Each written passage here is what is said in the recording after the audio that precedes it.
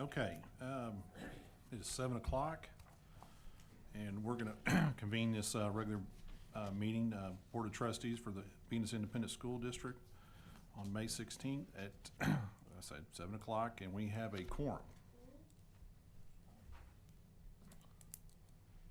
Let's see. All right.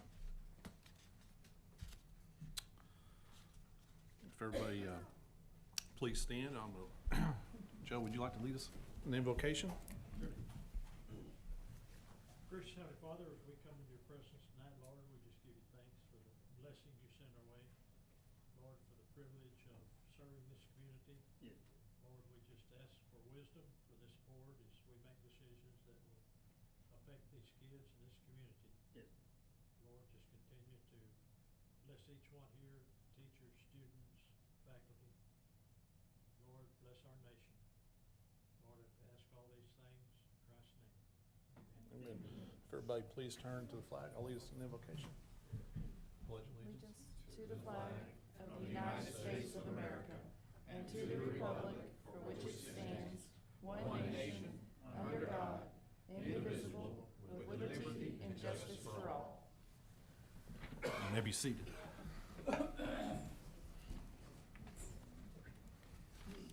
Welcome all our guests here tonight. Thank you for coming. Give me 1 second here.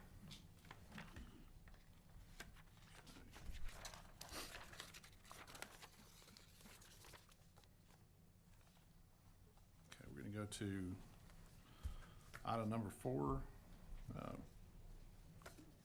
Canvass results of the May election, school board election. I'm going to read here the results. Chad Sutton placed 3, received 200 votes. Rebecca Escarzaga, I apologize if I just pronounced that wrong, placed 3, 136 votes. Amber Dady placed 4, 170 votes. Alan Preston placed 4, 161 votes. Kirby Sampson placed 5, received 201 votes. Katie Gerbrano, place 5, received 134 votes. Okay, those are the figures as presented. And I just need a motion. I'll make a motion. Okay, I got a motion by Tasha, I'll second. second by Joe. All in favor? Motion passes. All right. So we're going to go to item number 5, administration of statement of officer, oath of office of issuance of certificates of election to newly elected board members. And give us 1 second here. Mr. Chad, I just thought I would do these in order of place. Okay, So you're first. I'm first, all right. Would you like me to come over here? Yeah. This is your statement of officer. Read that real quick and sign it for me right there. I don't. Okay, and I'm gonna lead you in this one, so repeat after me, please. You're gonna give me your name. Chad Sutton.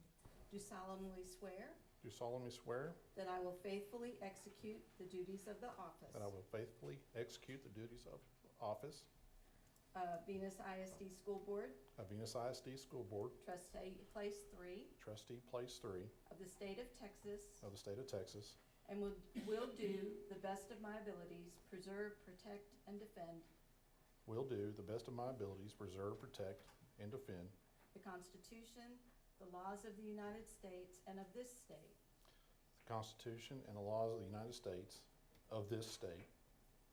so help me God. So help me God. You'll sign right there. And I'll sign right here.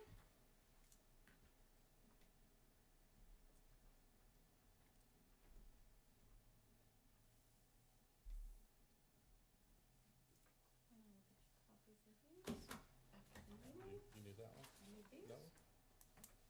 like this. Perfect. Thank you. Yes, you're set. All right, Miss Dady.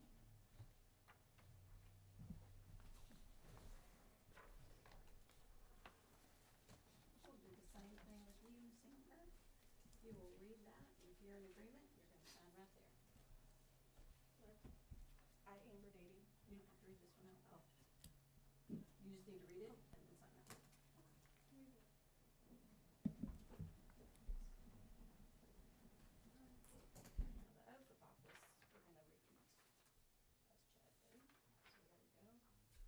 I, Amber Dady, I, Amber Dady, do solemnly swear do solemnly swear that I will faithfully execute that I will faithfully execute the duties of the office of Venus ISD School Board Trustee, Place 4, the duties of the office of Venus ISD School Board Trustee, Place 4 of the state of Texas, of the state of Texas, and will, to the best of my abilities, and will, to the best of my abilities, preserve, protect, and defend preserve, protect, and defend the Constitution and laws the Constitution and laws of the United States of the United States and of this state, and of this state, so help me God. so help me God. And we'll sign right there.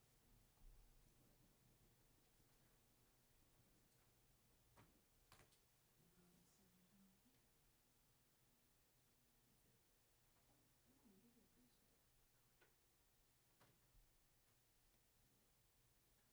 That's it.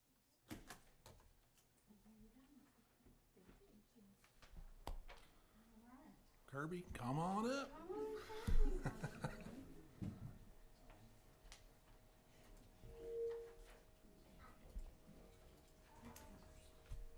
Your place, fine.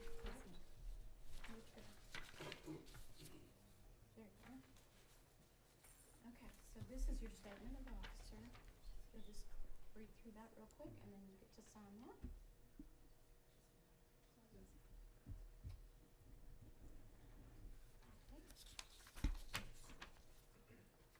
And we're gonna do the repeat after me. I, Kirby Sansom, I, Kirby Sansom, do solemnly swear do solemnly swear that I will faithfully execute that I will faithfully execute the duties of the office of Venus ISD School Board Trustee, Place 4, that I will faithfully execute the duties of the office of Venus ISD School Board Trustee, Place 5 sorry about that, of the state of Texas, of the state of Texas, and will do to the best of my ability and will do to the best of my ability preserve, protect, and defend preserve, protect, and defend the Constitution the Constitution and laws of the United States and laws of the United States and of this state, and of this state. so help me God. So help me God. If you will sign right here. And sign right here.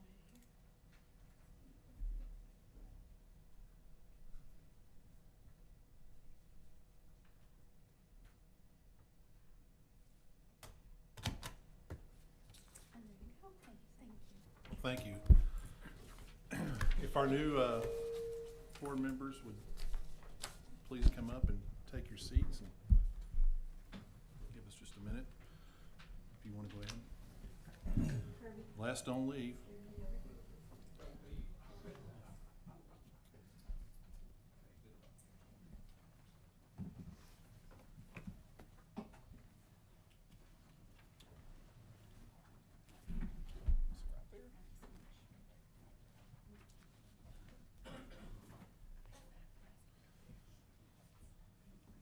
Got a little presentation for Mr. Owens.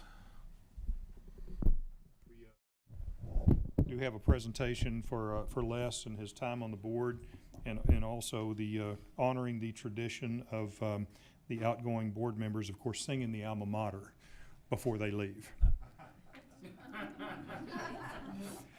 You don't want me to run everybody off, right? They'll be headed for the exits. Well, one of the things I want to say tonight is I so appreciate Les Owens and his work on the board. One of the things I could always appreciate, or I could always depend on with Les, is regardless of the issues, he is going to look at he always looks at the issues independently. And he was not afraid to challenge me or to question. And if I had some sort of a harebrained scheme, He would sit and listen very, very patiently. But I could just about check and time him. Within 24 hours, at the most 48 hours, I'd get a phone call. Hey, I've been thinking about that. And he would start to ask questions about it. And what I appreciate about that is that he would ruminate on these things a great deal. And you know, this job pays a whole lot, and I'm talking about being a board member. These guys don't get a whole lot for this at all, but one of the things they do is this is a job of service. So Les has performed that well above and beyond as a Venus ISD trustee. And so this is a little something to hang on your wall. We tried to make it bigger, but I think you would have argued about that. Presented to Les Owens in appreciation for your dedication and 15 years total of service on the board. School Board Trustee, Venus ISD. So, Les Owens, thank you very much, sir.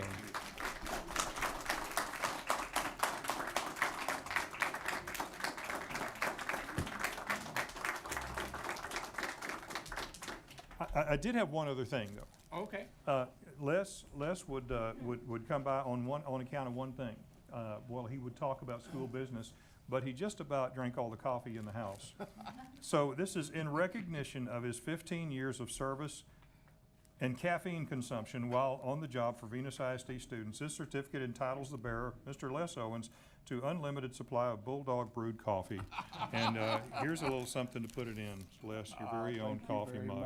All right. One of the things that Les was passionate about his whole time was, number one, put that V-Dog every place you can and put it in the dadgum school colors. It's blue and gold, isn't that right? Exactly. All right. So once again, thank you, Les. Appreciate it. All right.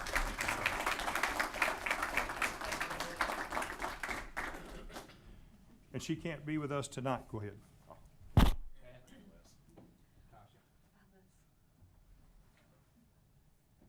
be a stranger,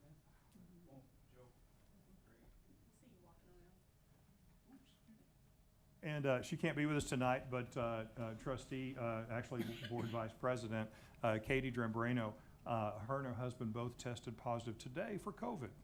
So she's not with us tonight. But again, I will tell you that Katie is a trustee who served very, very honestly and would question the issues very straightforwardly. And what I appreciate about Katie is that nobody got a free pass, nobody got a free ride on this. And she was as fair and honest as you can be. And so I appreciate that time served. And so wish she was here tonight, but again, special thanks to the service of Miss Katie Drembrano. Let's give her a hand, please. While you're up there, do you want to introduce us to, Yes. just take a brief moment? I will. Thank you so much. So we've got, just going to take a moment here. We've got some other guests. We got several guests tonight, but with us tonight, we'll be recommending as our new head boys basketball coach, Mr. Colton Dober, and he has his wife Brandy and daughter Greer is with us tonight. And anyway, I wanted to do that because Greer is probably not going to wait out this board meeting all night. So I did want him to at least to introduce him and have him have a chance to maybe shake hands with each board member. So anyway, Colton. Thank you all. I appreciate this opportunity and I'm excited to be here. Me and Coach Sprague talked about maybe being here tomorrow. I've got that all worked out. I'm excited to be here. So you give us about 27 seconds of your background at Waxahachie. I came from Waxahachie. My father was the head coach there the last 6 years. I've been the varsity assistant. He just resigned there, and I decided it's time to venture out too. So I found this one open, and I'm more than happy to be here. My family lives in Waxahachie. We have 5 total girls, so we stay Wow. busy. Yes, you do. It's a perfect location for me, and I'm excited to be here. Thank you. Thank you, sir. And then here's a little, I'll shake your hand, and I can hand you this right here. It's a QR code. If someone wants a printed copy, you can have that too. All right. Nice to meet you. Nice to meet you. You ever get it? Oh, yeah. Mr. Gilbert, nice to meet you. Thank you.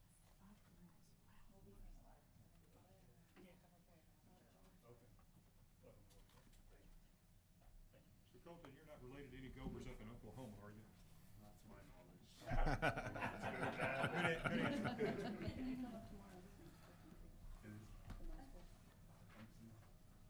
Thank you, thank you. All right, so.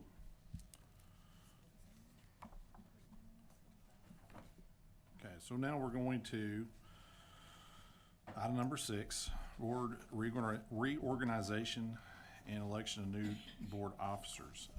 So we're gonna go in this order. We're gonna, go president and then vice president and secretary. So I'm gonna open it up first. We'll go through any nominations for president, and then once we complete that, then we'll vote on those nominations. And then after we finish the president, then we'll go on to vice president and so on to secretary. I just wanted to maybe lay that out, how we were gonna do that. So I'm gonna open it up right now for nominations for president. I'd like to make a nomination for Chad Sutton for president. Okay, got a nomination for Chad. Is any other nominations for president? Anybody wanna make? I'll make a motion nomination cease and Chad Sutton be elected by acclamation. Okay. I'll make Tasha, and if there's no other nominations, then by acclamation, nominate Chad for president. Well, you made a nomination, you need a second on it. Well, we don't have to, but if we need a second, we'll get anybody want to second that? I got one, if I need one. Got a second by Jay? Okay, got a second? All in favor? Okay, did you get that? I didn't. Me? Oh, okay. Okay. All opposed? Anybody? Okay, I'm good. good? All right, Just needed to count. I'm good. you got the count, all right. All right, so now we're gonna go to nominations for vice president. I'd like to nominate Tasha Gore for vice president. Okay. Got a nomination for Tasha. Any other, I'll second that. you'll second that? Okay, a second. Amber? All in favor? I mean, if there's no other maybe make sure I got this, there's no other nominations. I got a second, so, good, okay. So, all in favor? Tasha is vice president? 1, 2, 3, didn't you, okay. Did you get that? I did. Okay, good. All right, so now we're moving on to secretary. Open it up for nominations. Anybody have I nominate Amber? Amber. I got a nomination for Amber for secretary. Any other nominations? If not, I will second that. I got a second for Amber. All right, all in favor? Okay.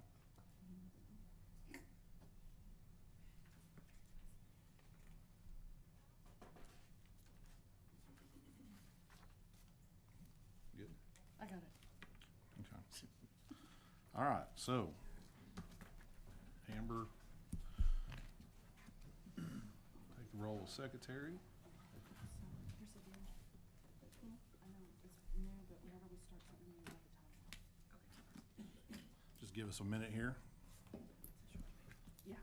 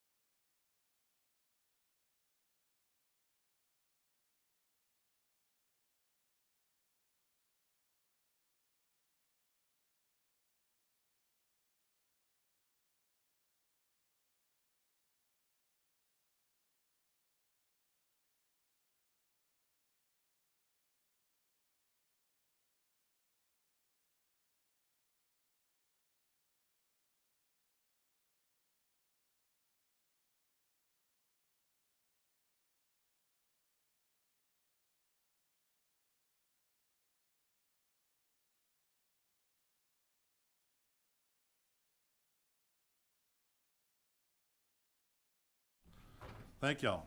All right, we're board work. All right, so we're gonna go to Item number 7, opportunity for public comment. Liz, anybody sign up? Chad, no one is signed up for public. Okay. All right, nobody signed up, so we're gonna go on to item number 8, presentation of campus reports and recognitions. We're gonna pass it on to, okay. Looks like high school's first. We're not gonna save the best for last? Okay.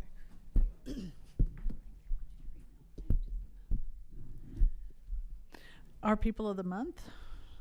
Yep.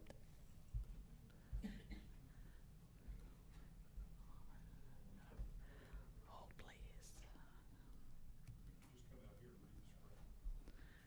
That would mean I'd have to, stand up.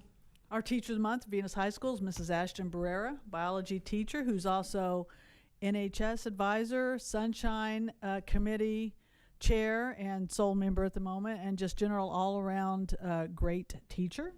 Staff member of the month, Mrs. LaToya Hawkins, who has the enviable job of being our ISS coordinator, showing the students love while she lets them know while we don't care sometimes all the choices they make, we love them as people. And our student of the month is one of our agriculture superstars, Miss Kylie McCarter Thompson. She's earned 2 AWS welding certificates this year, so we're really proud of her.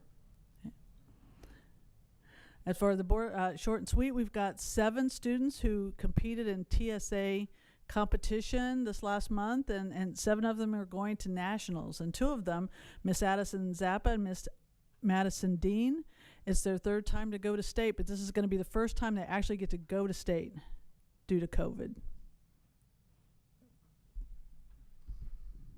And graduation is in 2 weeks.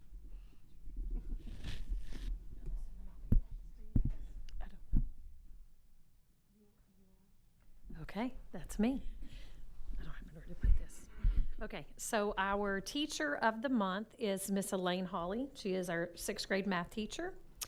Our paraprofessional of the month is Miss Sheila Hill, and she is a PE aide for us. And then our student of the month is Ryan Canwright. And so we are excited for all of those folks. As far as board report goes, we've had a lot of things happening. We've visited the Holocaust Museum. We had some ag students make it to state for plant identification. We've had science nights. We had TSA state competition. In our state only competition, we ranked 3rd out of everyone in the state of Texas that competed at the middle school. And in our competitions that go on to nationals, we got 2nd from everyone in that. And so we have 39 students that qualify to compete in national competition in 20 different events at the middle school. So, you're up. Okay, at the elementary, Emma Moreno is a 4th grader, and she was our student of the month for May.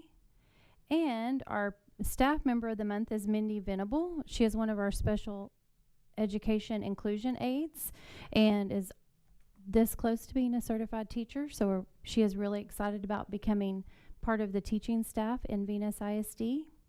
And our teacher of the month was Mrs. Spengler, our music teacher. On this past month, we did have some bilingual students who qualified for the bilingual spelling bee over at Region 11, and it got delayed due to some weather or something back in the winter, and they actually finally got to go. And 2 of our 3 students made it in the top 10 out of over 40 students from Region 11. And our 3rd one missed it by, he got his word, and then he started spelling it and realized he didn't use the correct letter with the little annotation at the top, and tried to backtrack and realized he had made his mistake, and he was so bummed because all 3 of them would have been in the top 10. So he was really bummed, but he can't wait to do it again next year. Ms. Box, Mm-hmm. you said bilingual spelling bee. Mm-hmm. Are they spelling in Spanish or English? They were spelling all in Spanish. Okay, great, thank you. And Then we finally received our UIL medals, and we handed out over 51 medals to our elementary students that competed in our region UIL events. And we've had several music programs over the past month, trying to get all those in before the end of school. Field day is this Friday, of course, when it's supposed to be 101 outside. And we also celebrated our paraprofessionals and our teachers, and also a 5th grade teacher was able to have the Water Conservation District come out for lessons.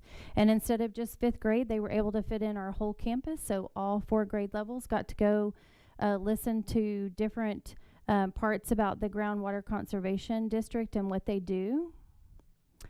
And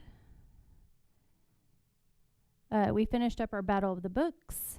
And the bottom picture, if you haven't driven by, since we're way out across the field over there, Crystal Dean, one of our maintenance workers, has put in flower beds in the front, and she's done a great job. So we're really excited about that.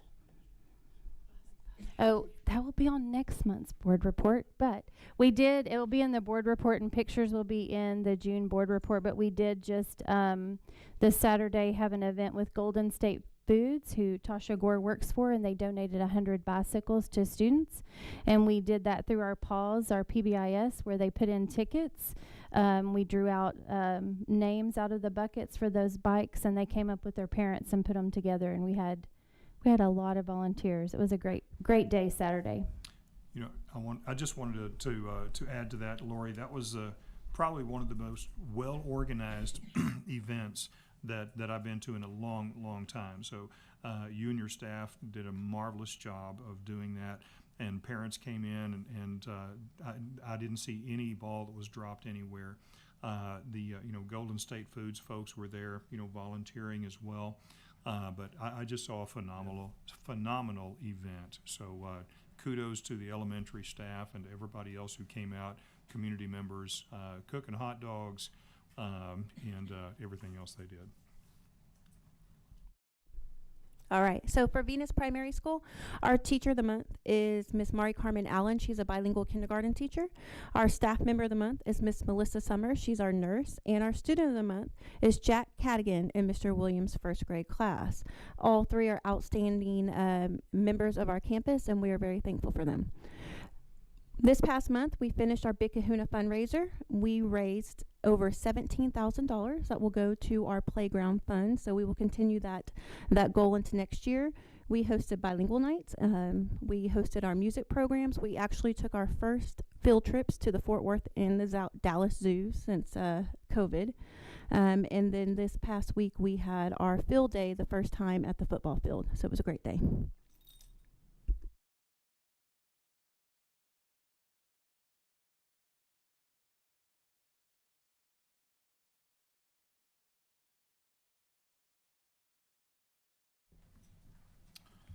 Thank y'all. All right, so going to item number 9, presentation of roof moisture scan by Garland Roofing. So let me give just a little bit of background, and then I'll let these guys come up and make the presentation.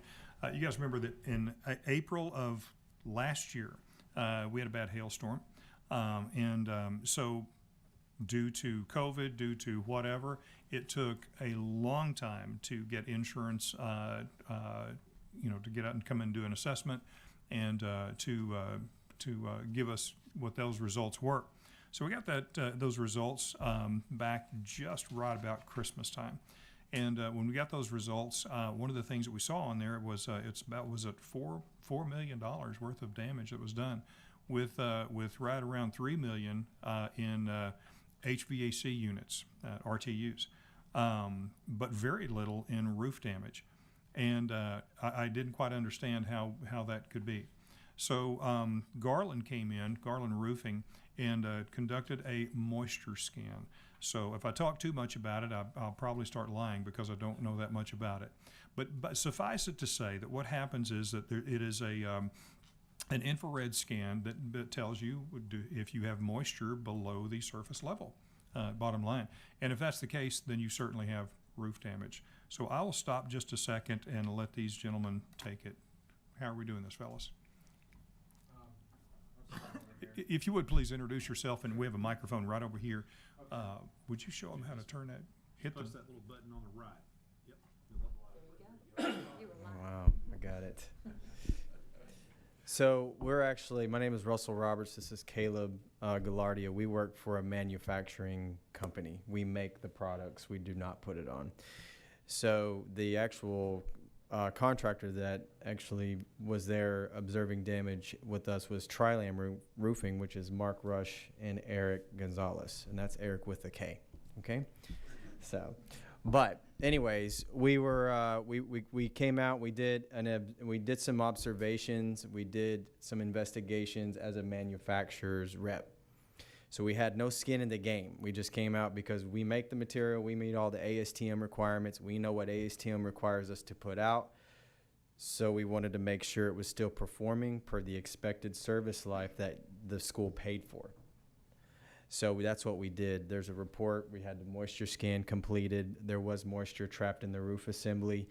That's where we kind of come to a stopping point, and we can't go any further past that because all we can do is give the data to Mr. Hopper and say someone else should take it from here because not even Mark or Eric can kind of go past this other than saying this is how much it's going to cost. So that's why Ron Cooper is here, because this is what he does for a living, is look through policies, explain what that means. Because if I try to do that, me and you would be like, no one would understand what I'd be speaking Chinese, right? Which is not a real language. There you go. I'd be speaking Mandarin. So, but I'm going to let Ron take it from here because we found substantial disruption of water shedding surfaces on all the roof assemblies we got on as manufacturers. We found the degradation of the roof service, which means it's going to now be on a rapid pace to fail a lot quicker. So that's what we found when we got on the roof. There's a report that we provided for it, and I'll let Ron explain what would need to happen next or give you advice or whatever. I'm letting him go now. But if you have any questions at the end, we will answer any manufacturing. Eric, the Trilam can answer any installation, contract, any stuff. Well, I don't want to say contract, installation questions and stuff like that. Hi, thanks for having me. I'm Ron. I'm a licensed public adjuster in the state of Texas. You guys are all Texans. You guys have insurance claims all the time. I'm sure you know what an insurance adjuster is and probably most likely what a public adjuster is. But for those that you don't, I have the same license as the insurance adjuster. I'm regulated by the same commissioner, and I represent the policyholder in an insurance claim. It's a part of a consumer rights protection advocacy to keep everything in balance. What my responsibilities are as your fiduciary is to evaluate your contract that you have with your insurance company. It's an aleatory contract, meaning they write it, they have all the bargaining powers, and they have the ability to put in there what is damage and your obligations and their obligations, et cetera. The benefit of that is if there is any ambiguity or any issues that derive from that contract where we have a point of fact where we are at an impasse or a disagreement, the benefit is supposed to be to the person who did not write the contract. And so it's our job as the policyholder to evaluate the contract, evaluate the damage, and push a claim and push a damage agenda forward. You've brought the manufacturer in. They have established that there is water trapped in between the membrane. The code says that we can't recover or do a repair to a roof where there's water trapped into a membrane. It doesn't have the ability to off-gas. The fundamental issue that I've seen in adjusting claims throughout the country, and I think I'm licensed in, 30 states. It's tough because I have to keep a bond and a license every year. They're hitting me for something new. Sometimes they lapse, sometimes they don't. But I've had a license in 30 plus states, and I've adjusted hundreds, if not thousands, of roof claims. The demarcation line between damage between what the manufacturers and what the ASTM and what the general industry says is not in alignment with what the engineers hired by the insurance companies. They're looking to a bruised, torn, or fractured model, something that says this is bruised, torn, fractured, etc. When the manufacturers say, if we've got a physical impairment due to a hailstone that causes granular displacement, we've now shortened the life of that product. If we've got a dent in a metal component, we've compromised that product. A Rockwell hardness test, the coating is fractured, etc. And so we're at this impasse in an industry where you have to go above and beyond the reasonable point of fact to get an insurance claim past the desk of an adjuster. Now, my mother's been a adjuster. She's worked for Farmers Insurance for 45 years. My brother's worked for Nationwide. I'm from Columbus, Ohio, which is like Insurance Town, USA. I'm a 100% disabled veteran. I was in the Coast Guard. I moved to Texas 3-4 years ago because how great the state is and how wonderful the veterans benefits are here. I live in Lakeway, Texas. The biggest thing that I've just seen in doing claims in Texas, unique than any other part of the country, is you have to be a licensed public adjuster to effect a settlement of a loss. They understand that likely is the school boards, churches, communities, they're not going to gain the resource of a public adjuster. They're going to author a position that maybe isn't in keeping with logic. As you said, Mr. Hopper, there's damage here, and it just didn't seem fully comprehensive of what you guys experienced. I saw the pictures of the hailstones, you know, that are 3 inches in mass, and in the engineering report, he's citing 1.25 inch hail. The other thing I noticed in the engineering report, he talks strictly about the size of the hail. Hail is measured in joule energy, and it's more predicated on its density, right, and how hard that stone is. I can have a 12-inch hailstone that's a snow cone hit your roof and not do damage. Conversely speaking, I can have a 3/4 inch stone hit your roof and do extreme damage. It depends on how hard it is and how fast it fell. So there's a lot more science that goes into it than what these reports typically generate, but it looks really fancy. And so that's where we are today. I'm not going to lie to you and tell you that your position is unique. It's where most people find themselves, after a year after a hailstorm. The other issue that I'll tell you is we're in a very complicated scenario because it has been a year. There's been an authored position. There's been, a reserve set. There's been a mentality established, and now we've got to overcome that. That means somebody's got to admit that they were wrong. I probably have overcome more than 10 engineering positions in Texas this year where the insurance company says, our engineer says it's not damaged. I go out there, I do another evaluation, I bring out a different adjuster or a different engineer, and they're like, I don't know what that first engineer was saying, this roof is completely smashed. So it's not uncommon for that to happen, but it's an arduous process. Does anybody have any questions for me? Did you do all the campuses, every roof that we have in the district? I haven't personally been on any roofs. Okay, somebody has. Yes, sir. We've inspected every roof here. We put together a report. It's actually the report that's pulled up right there. We've inspected every facility, and we've done testing on all of them. Caleb, was it 500 pages? Just about. It's a big book. It's a big book. It's got some weight. To answer your question, Joe, yes, sir.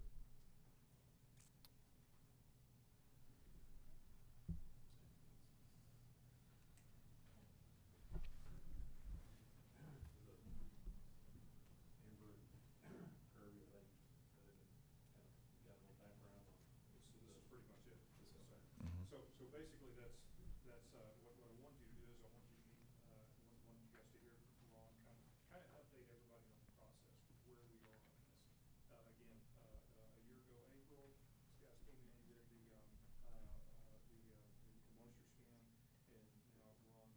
Ask Ron if he'd do it for free, and he said no. It's pretty close to free. Mr. Hopper, if I may add, we also sent some 12-inch samples to our lab to do the ASTM 2528 testing, which means they're going to take that 12-inch sample from the roof and they're going to run it through all of the testing to see how it's performing after this storm. And it failed miserably. Like it was, 100 pounds on one and less, and like 80 on another. It should be at least 200. Tensile strength. Tensile strength. Yeah. Which means tensile is how strong it is, tears. If you were to take it like a piece of paper and tear it, and it failed miserably. The elongation was failing. Everything about the sample we took was failure. And so we took two from each facility. That's not necessarily the totality of the position. What that tells me is your roofs aren't repairable, and that if it did sustain even the smallest amount of damage, that you have a replacement cost policy. And so when you have a replacement cost policy, repairs sometimes are reasonable and needed. You know, if it's a relatively fresh roof, new roof, you know, we can do a repair and it puts you back to probably your pre-loss condition. But when you have elongation issues and you have, you know, other dynamics going on the age of this roof, you know, the contract that your contractor has to bind to has two implied warranties. It's the warranty of habitability, but also the warranty of good faith, you know, and they have to do it in a workmanlike manner. If the contractor has to give you a hold harmless contract due to the age, condition, and obsolescence of your roof, is that what you paid for from your insurance company? You know, my answer is no, absolutely not. And so sometimes we have to explain that to the insurance company. They have maybe missed it, or maybe they didn't miss it, but they need it framed in a little different way. You know, and I'm here to frame it in the best light possible. So to bring everybody up to speed with where we are, the moisture scan was now has been sent to TASB Risk Management, and they have it, and they've acknowledged receipt of it, and their group is going over that now. So we are waiting to hear back from them at this point. But going back to also, you know, the moisture scan itself would be covered by TASB Risk Management, and also Ron's fees as well. Correct? Yeah. So I'm paid out of the insurance payout. It's a contingency contract. That's the way Texas likes it. So if I do my job and they agree with me and we get resources, then yeah, I get paid a % of that. If I don't get paid. So that's why I say it is sort of free. So once again, we're talking about, you know, for a district our size, we're talking about a pretty substantial amount of money.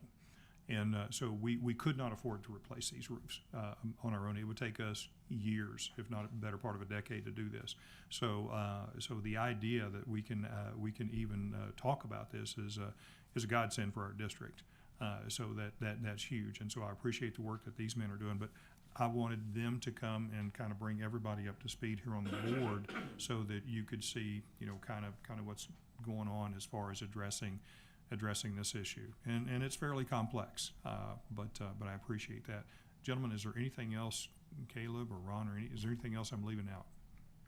Well, if this works in our favor, we're looking at replacing every roof in the district. So I think the operative word here is replace. If you guys want to address that. Yeah, so what we're here to do is we're here to adjust the loss to what the reasonable status of the loss is. And if we can get the insurance companies to participate at the level of damage, and every roof is, you know, indeed damaged, which the report indicates that it is, then yeah, it would be a full replacement of all your roof surfaces in your school district. And there has been numbers provided by Tri-Lam Roofing to replace the roofs. The sad part is all material has gone up since then, because you know it's a pandemic still on the pricing on everything, and you're waiting around for ISO board. So the pricing that they even submitted would need to be, you know, updated as well. Mm-hmm. And essentially, we are here because in February, Mr. Hopper called me and he asked for a manufacturer's discovery report, which is what this report is that's pulled up here, because insurance adjuster came out and said that all the HVAC units were damaged from hail. And Mr. Hopper couldn't figure out, well, if the HVAC units are damaged, then why isn't the roof damaged too? And so It just missed it. It came in. Yeah, it skipped over and bounced off all the metal and totally disregarded all of your thousands of square feet of metal roof out here. And so we came out, put the report together, which is just a manufacturer report. We have a full photographic discovery report in here, along with the quotes from Tri-Lam. And that is the extent of what we as the manufacturer have done, which is. You want to show them just a couple of pictures? Yeah. So the damage is across the board, no matter what the age of the roof is. That's a wrong question. We're gonna tell you if there's damage. He can explain. Yeah, so based on the size of hail that I've seen, right, and based on the pictorial evidence from the metal roofs and the other bitumen that I've seen, I would venture to say that it's a monolithic swath across your community. I won't know until after I'm retained and actually get on every single roof here myself. You know, it's a part of my process. I get retained, I get the contract, the policy, I review the policy, I let the insurance company know that I've been retained. I then schedule a joint inspection with either the engineer or the adjuster. Likely they'll tell me no, that they don't really need me to participate at that level. I'll come back out here, I'll evaluate the roofs myself. If I feel that I need to bring in another engineer or another set of eyes to substantiate, I've got a resource pool that I'll then call individuals that have PhDs in engineering that all they do is evaluate roofing subsurfaces. And so that's the depth that it takes to overcome a position from where we are today. And there's also a timeline that they are against the clock right now. That's Is what I that- was gonna ask. Well, what is the timeline from now, from when we've all submitted all of that to getting it started? So typically, your insurance contract will tell you that you have a 2-year statute to suit. There is Texas case law that refutes that substantially, and they speak to the contract saying 2 years is not, you know, a reasonable timeline. So, but for just sake of conversation, I would say by April 2023, you know, we've lost our full risk exposure. And that's when I was talking to Mr. Hopper today. You know, we're talking, and most people want to adjust predicated on a dollar amount, and they want to establish value that way. When you're talking to insurance, they have all the money. You know, that's not an appropriate way to risk or stress them. We've got to figure out other means of stressing them with risk. And largely that's showing them the statute, showing them the case law, showing them where they've misstepped, showing them that they haven't adjusted correctly, showing them that the actual engineer who set the causation and the damage report never actually spoke to the adjuster about what the contract says about what is damage. Because I guarantee you your contract doesn't say bruised, torn, or fractured. It doesn't speak to, you know, the degree of damage. The consultant or the engineer set that without ever coordinating a conversation with the adjuster. Likely the adjuster who's on your file hasn't actually read the contract either. It's his boss or his boss's bosses who's read it. And so these guys are navigating with a chart that they've never read. And so these are how I express risk. I speak to it. I speak very clearly to the policy. I speak clearly to damage. I speak clearly to the ASTMs. And I ask them why they've adjusted or evaluated without giving this the full breadth of understanding. And that's usually how you get them to respond. And if I could just ask, how many people were here when the storm occurred? Were you guys, did you see it? I wasn't out here, that's why I'm asking. Right across the street. I got a new roof on my house and my shop. Okay, Yeah. so you got a new roof? And Yeah, most people did, I'm sure. But when we're talking about millions of dollars, okay, and we're talking about a likelihood of maybe never getting a public adjuster or an attorney involved, they're gonna run across the brow and see, you know, how you guys respond. And if you respond like you have over the 365, most school districts are in this situation with hell, you know. So they're like, you know, we got one passed, you know. And my concern was with the whole time is we already knew our roofs were aging roofs anyhow, but with this, because of this storm, it just seemed like it shortened that lifespan a lot faster. 100%. I mean, your roofs, they charge you more actual insurance when you have older roofs because you have a higher risk. Right. So you don't let them tell you that your roofs aren't covered. They can write out your roofs entirely from your policy. They have that ability. If they keep collecting your premium, those roofs are insured just like they're the first day they were up there. I guess my question is, what are we doing to make sure that there's no other loss added to it now? Because we know this is here, we know we already have a problem. Are we doing anything to stop additional damage? So, I mean, we're maintaining and maintaining the leaks and those kind of things. I think we've got our maintenance director right back here. Which, preventive maintenance. So, right, so, you know, inspecting seams and those kinds of things. What they're talking about though is just the span of the roof itself. I mean, that's, what we do is we track down the leaks as fast as we can and try to seal those up. And I will say, I mean, even before this hailstorm, we were already addressing, you know, issues, and we've been for the last 3 years. Right, we've been concerned with roofs in a plan, so. Yeah, it ain't nothing new that we haven't been set back and been trying to work on. I mean, the photos are towards the back on that report. reports when we see the actual impacts. Yeah, that's your requirement set forth by the policy. They understand the roof's age, just like anything else. It's your requirement to maintain the roof to try to ensure that, that the integrity's there. That's just indicative of having a product that, ages. It's kind of ironic that I went through the same thing on my house, same storm. Mm-hmm. Is I had 150 dents on 3 vehicles in the driveway, and they said there was no damage to the roof. My gutters were beat up, everything was beat up, but the roof was fine. The company did pay for it finally, but Yeah, it's a I fight. had to get somebody to come help. And the reason I brought this up was the question I have is, how did we get a year into this? Would you guys normally be involved before now? No, this Or is do y'all exactly. just get involved when it's like almost a dead issue? This is exactly about where I'm brought in. It's most of my claims right now are either a year or 2 years old. I'm very, very rarely am I brought in day one because the roofer and the adjuster think they're going to get it worked out. So I've settled claims in other states. 3 years past the hail event.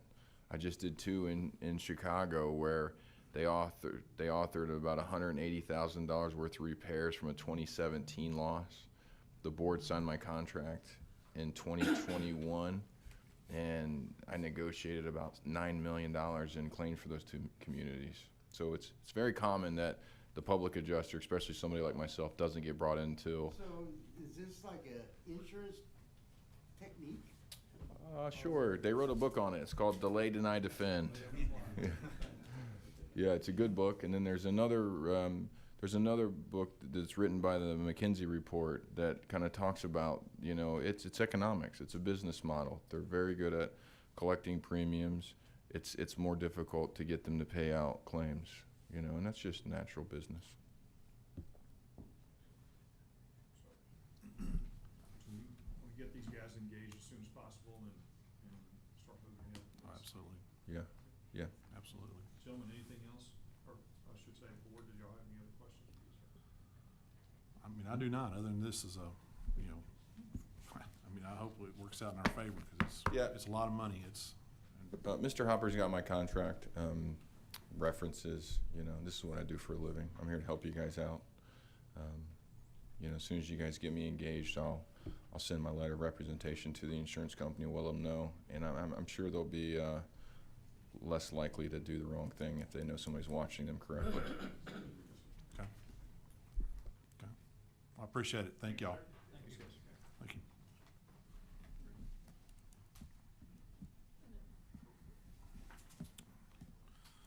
All right, so I'm going to go on to, you too. Item number 10, presentation of student view software for transportation by David English. You just press that little red button on the right and it will light up red when you're ready. This might make it easier if y'all have a copy, so y'all can write notes or anything. And Mr. I think that one. So if I could, while David's passing that out, we are a rapidly growing district. And so with such, transportation is going to be an issue for a while yet to come. And so not just routing buses, but also just the communications. So we started discussions with David and actually looked at some other vendors as well. Melanie has. And anyway, I'll stop and let David present what they do. And you guys have any questions? Well, thank you. I feel kind of humbled to be here. My father was a superintendent. My mother was a school teacher. My sister's a school teacher. So be around this where the people have so much passion in sharing what you're doing. It's really humbling, to be honest. So you can probably just double click on that first slide. I'm going to try to move through this a little bit quickly. If y'all have any questions, jump in. So what we do is we're National Fleet Tracking, and we developed a transportation solution called BusView, and it's got many different features to it, and I'll talk through those a little bit. And we've been in the business for 12 years, but the bus view took us about 5 years to develop, and we were really lucky. We launched it just before COVID, so that kind of slowed us down a little bit, but in a way it was kind of a blessing too, because we got to look at the product and test the product and really work with our customers at that time to get feedback from them and kind of re-roll it out. So that's okay. So again, these are some of the main, I think, value about National Fleet Tracking. We've been doing fleet for 12 years. Our parent company, Glen Rose Transportation Management, has been in business 35 years. 12 years ago, they said, wow, what y'all do for us is pretty good. Why don't we take this cost center and make it a profit center? So they rolled us out, and then we started doing what we were doing for them for other businesses as well. As you can see, we're right down the road to Glen Rose. Y'all see us in other things too, because we're in your district. We do a lot of features on our products that come from our customers. They say, hey, it'd be really cool if it did this. And we take that feedback, we roll it out to some of our customers. If it makes sense, then we develop those features and roll it out, and we don't charge anybody for that. If it makes our solution better, it's better for everybody. And then you'll see also when we get into this, we don't have a large shiny skyscraper office or big corporate overhead, so our costs are a lot lower than some of our competitors, and we're able to pass that cost savings along. So these are the different features that we have. So BusView is the name of the product, but it's also the name of the GPS tracking feature. So it does all the tracks of the bus, the location, the speed, turns, stops, that kind of thing. And it can do all your mileage reports that are TEA required. It can factor in your top ridership days, which are always better. And then also it can do your SPED reports for individual students for Medicaid reimbursement. Student view is the RFID scannings. Kids scan on and off a bus. With this can also be used in cafeteria or in library. Some schools are even talking about using it in sporting events or other events too, because they know when the kids are there. This can be clicked to a kid's backpack. It works really easy for the smalls. Those are date, time, location stamped when they scan on and off the bus. And there's a lot of other things too that go along with it, field trips, that kind of thing. And then you'll see the next one down is the parent view. Now the schools own all the information, but if they want to, they can allow the parents to see things when that bus is approaching for the parent that has custodial rights for that child only. And the parents can set perimeter alerts, 2.5 miles, quarter mile, depends on if it's urban or rural, that kind of thing. And so they know when the bus is coming in the morning. If it's got a rain or cold, that kind of thing, they can send them out just before. Accidents don't happen on buses too often, but when they do, it's normally when they're boarding or disembarking. So the less time the kids are on the road, the better. Same thing with drop off in the afternoon. The parents can see when the bus is coming to drop them off. So Glen Rose is very flexible in the way they do it. The kids can ride pretty much whatever bus they want as long as it's logged into the system. And the parents can actually change the bus schedule or the parent pickup via the app. And it's both app-based and web-based. App-based for parents with smartphones, web-based for parents that don't have smartphones but have a computer. David, I'm sorry. You said a parent can change what now? The bus schedule for their kid. Okay. So, oops, I'm sorry. Grabbed your phone. That's okay, because it's on there. Yeah, you might have it on yours I'm too. tracking my child. So, y'all have actually been running a pilot trial for about a month. So,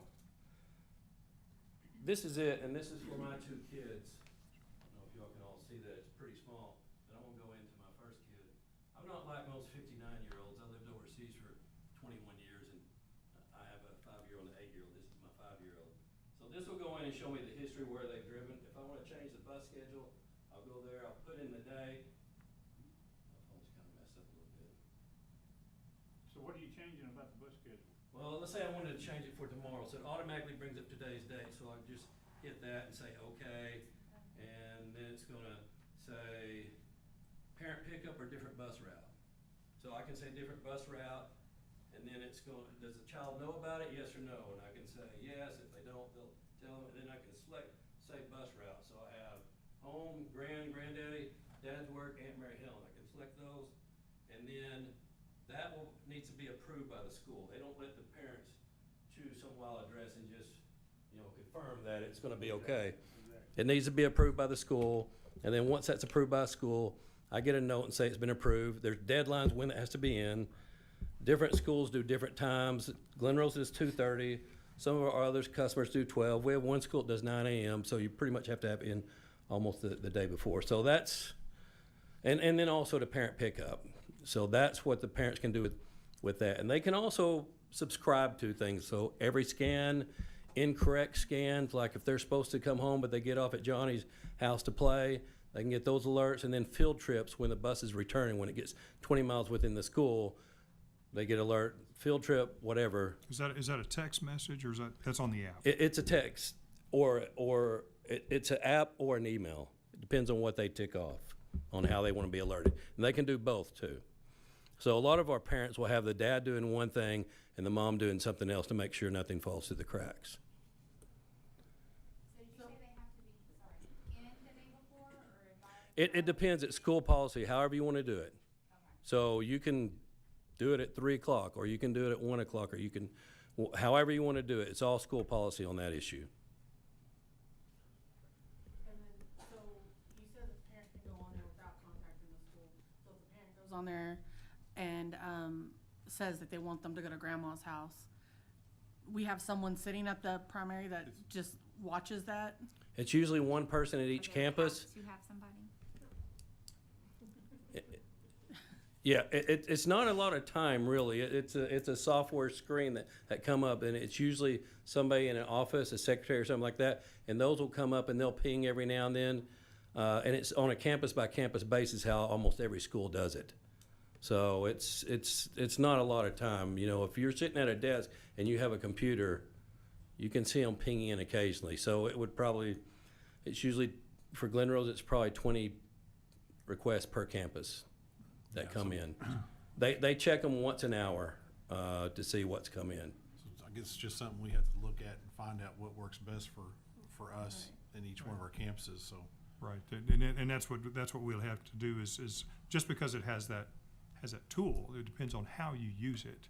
Right, and it can be turned off if that's something y'all don't want to do. It's up to y'all. So you said the parent gets a notification once the school has accepted it, so if I go in and I schedule it, and then let's say for some reason it gets missed at the school, and then I'm not sure, like, and then my kid then goes to my house, but I need them to go to grandma's house, so what is the? Well, again, that would be a school policy deal. So that would be, all the systems are only going to be as good as the discipline in using it. So what the campuses in that I'm talking to, mostly they have 2 people that checks them. It comes in on a computer and they check them up to 2:30. That's the cutoff time's at 2 at the campus that I'm talking about right now, and they check them up to 2:30. They can even accept them a little bit later sometime, but the standard cutoff time is 2 o'clock at the school I'm discussing right now. And so I do have another question. So what if the kid decides that they lose the little tag, or? Good question. I mean. It happens. Mine's 14 and he eats everything. Yeah, so, I mean, it's a very good question. These have a RFID circuit in them around the edge. So kids sometimes bite them and do all kinds of things to them, and that causes them not to be able to scan anymore. So usually there's a few ways that we handle that, and there's a few options for it. Most schools just say when the kid gets it, they're going to pick a kid up on the side of the road in the morning. They're not going to drop them off. But when they go to school, they have to go to the office and get another badge. And it's usually a temporary badge. It's not printed. It's just got their name with a marker, or they print a label on it and stick it on there. And that'll be used. A note will go home with the child that, the first one's on the school. Next time they get charged, and if they do it within a certain frequency, they either lose bus privileges for a week or something like that. So in the beginning, it's growing pains. All students and parents and schools are going to go through that. But and then there are other ways. I know we're also talking about a driver view tablet, which is at number 7 there, that the driver can start tapping the student's name. After 3 letters, it will list any students that match that name, and he just hits enter, and that kid's automatically scanned on that way. They still need to go to the office, again, this is school policy, and fill out a form and decide whether they need to get a new, bus pass or not. But that's a way that gets them into the system. So the child needs to go to the office, or the parent would need to No, the child normally. I mean, again, this is all school policy. I'm just telling you what other schools have done. And then we also do have a driver app that's free that works like this too. But, you know, under that situation, one, the driver has to have a smartphone. Two, the driver has to be willing to use that. But if he did, he can scan kids on through his phone automatically the same way. It's 100% free. So we try to have different scenarios that will work with the school, but 90% of them just have the kid go to the office and get a new badge, and they manually enter them in at the school when they get their badge.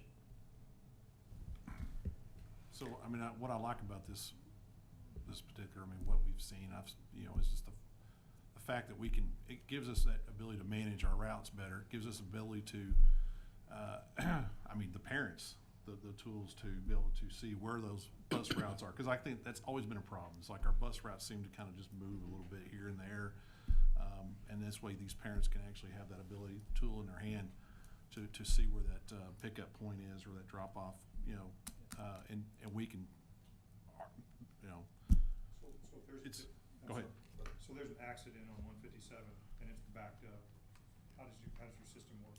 Well, our system uses Google Maps, and so you can see the traffic and that kind of thing. If I'm a parent and I'm wondering about my child. Oh, the parent can see the bus approaching, so they can see it on the map as it's approaching, and so it'll be moving towards them. It updates every 60 seconds, or any turn over 30 degrees, any stop, sudden acceleration. They don't do that very often. Brake, that it'll update every one of those. So worst case scenario, it's going to update every 60 seconds. So parents can see this either on their phone or their computer. It's up to them on the map as it's approaching their house. And like I said, they can set alerts 2.5 miles up to, I think, a quarter mile. And so that'll beep them and tell them the bus is at whatever distance that they said. I don't want to hijack your presentation. No, not at all. You could talk for 3 hours, right? So, but one of the things that we had a bus accident out here last year where we had to offload students and put them on another bus. That took a while. Okay, so but I believe your system has the ability to contact parents, right? It does, and it's actually called Contact the Parent. So, and that can be done with just a couple of clicks through your dispatch. So when you know where there's a problem, you know who's on the bus, who's off the bus, because they scan on and off. It can find out who's on the bus. It knows the parents' addresses. So with a couple of clicks, we usually set up some canned messages, and those can be altered, and those are bilingual, Spanish or English. If the parent signs up for the app, our app is in Spanish and English too. If they sign up for the app in Spanish, they get messages in Spanish. If they sign up for English, they get them in English. And the messages are auto-coded. Dear parent, first name, last name, your child, student, first name, and those are automatically filled. Is on bus 18. There's been an accident. We've got a backup bus en route. There's no action for you. It'll probably be at least 30 minutes late or whatever that you want that message to be, and you can hit that send and contact all those parents without calling, say who's on the bus, what's the contact information of the parents, all that. It's a de-stressor. That's really what we look at, is taking the stress off the parents and the students, and then that flows uphill to the school. One thing that we've done a lot with the parent app is reduce calls to the school. So they don't call and say, where's bus 18, or where's Johnny, or what time. They can see all that stuff on the phone, and you have to kind of encourage the parents to use that. A lot of our schools, if they want to change a bus schedule, they can't call the school anymore. They have to use the app. They have to, or the web-based version.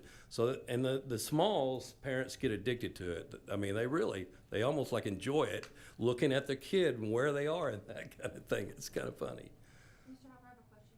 So this, just to clarify, it doesn't pertain to car riders, just buses? You can do it on cars too. We have White Fleet that they do it on some of their Suburbans and that kind of thing. The problem is they have to scan on and off. But you can do that. It's not a problem. Most of our White Fleet, though, just do the GPS tracking because it's usually a small group and it's not as difficult to manage. Well, I'm just trying to clarify, because it would eliminate the human error factor. We have, anywhere from 20 to 30 parents that call in and do changes a day. But if it doesn't apply for car riders, then it doesn't support our campus as a whole. It's a great idea if we could put the power in the parents' control, right? Where they don't have to call, so. Yeah. On that, with her question about that, with a child that is dropped off or picked up, would they be would an employee have a scanner to scan them in and out of the school? Right, that's kind of like what you're, because then they could actually go in there. Oh, I'm sorry, are you talking about parent pickup app?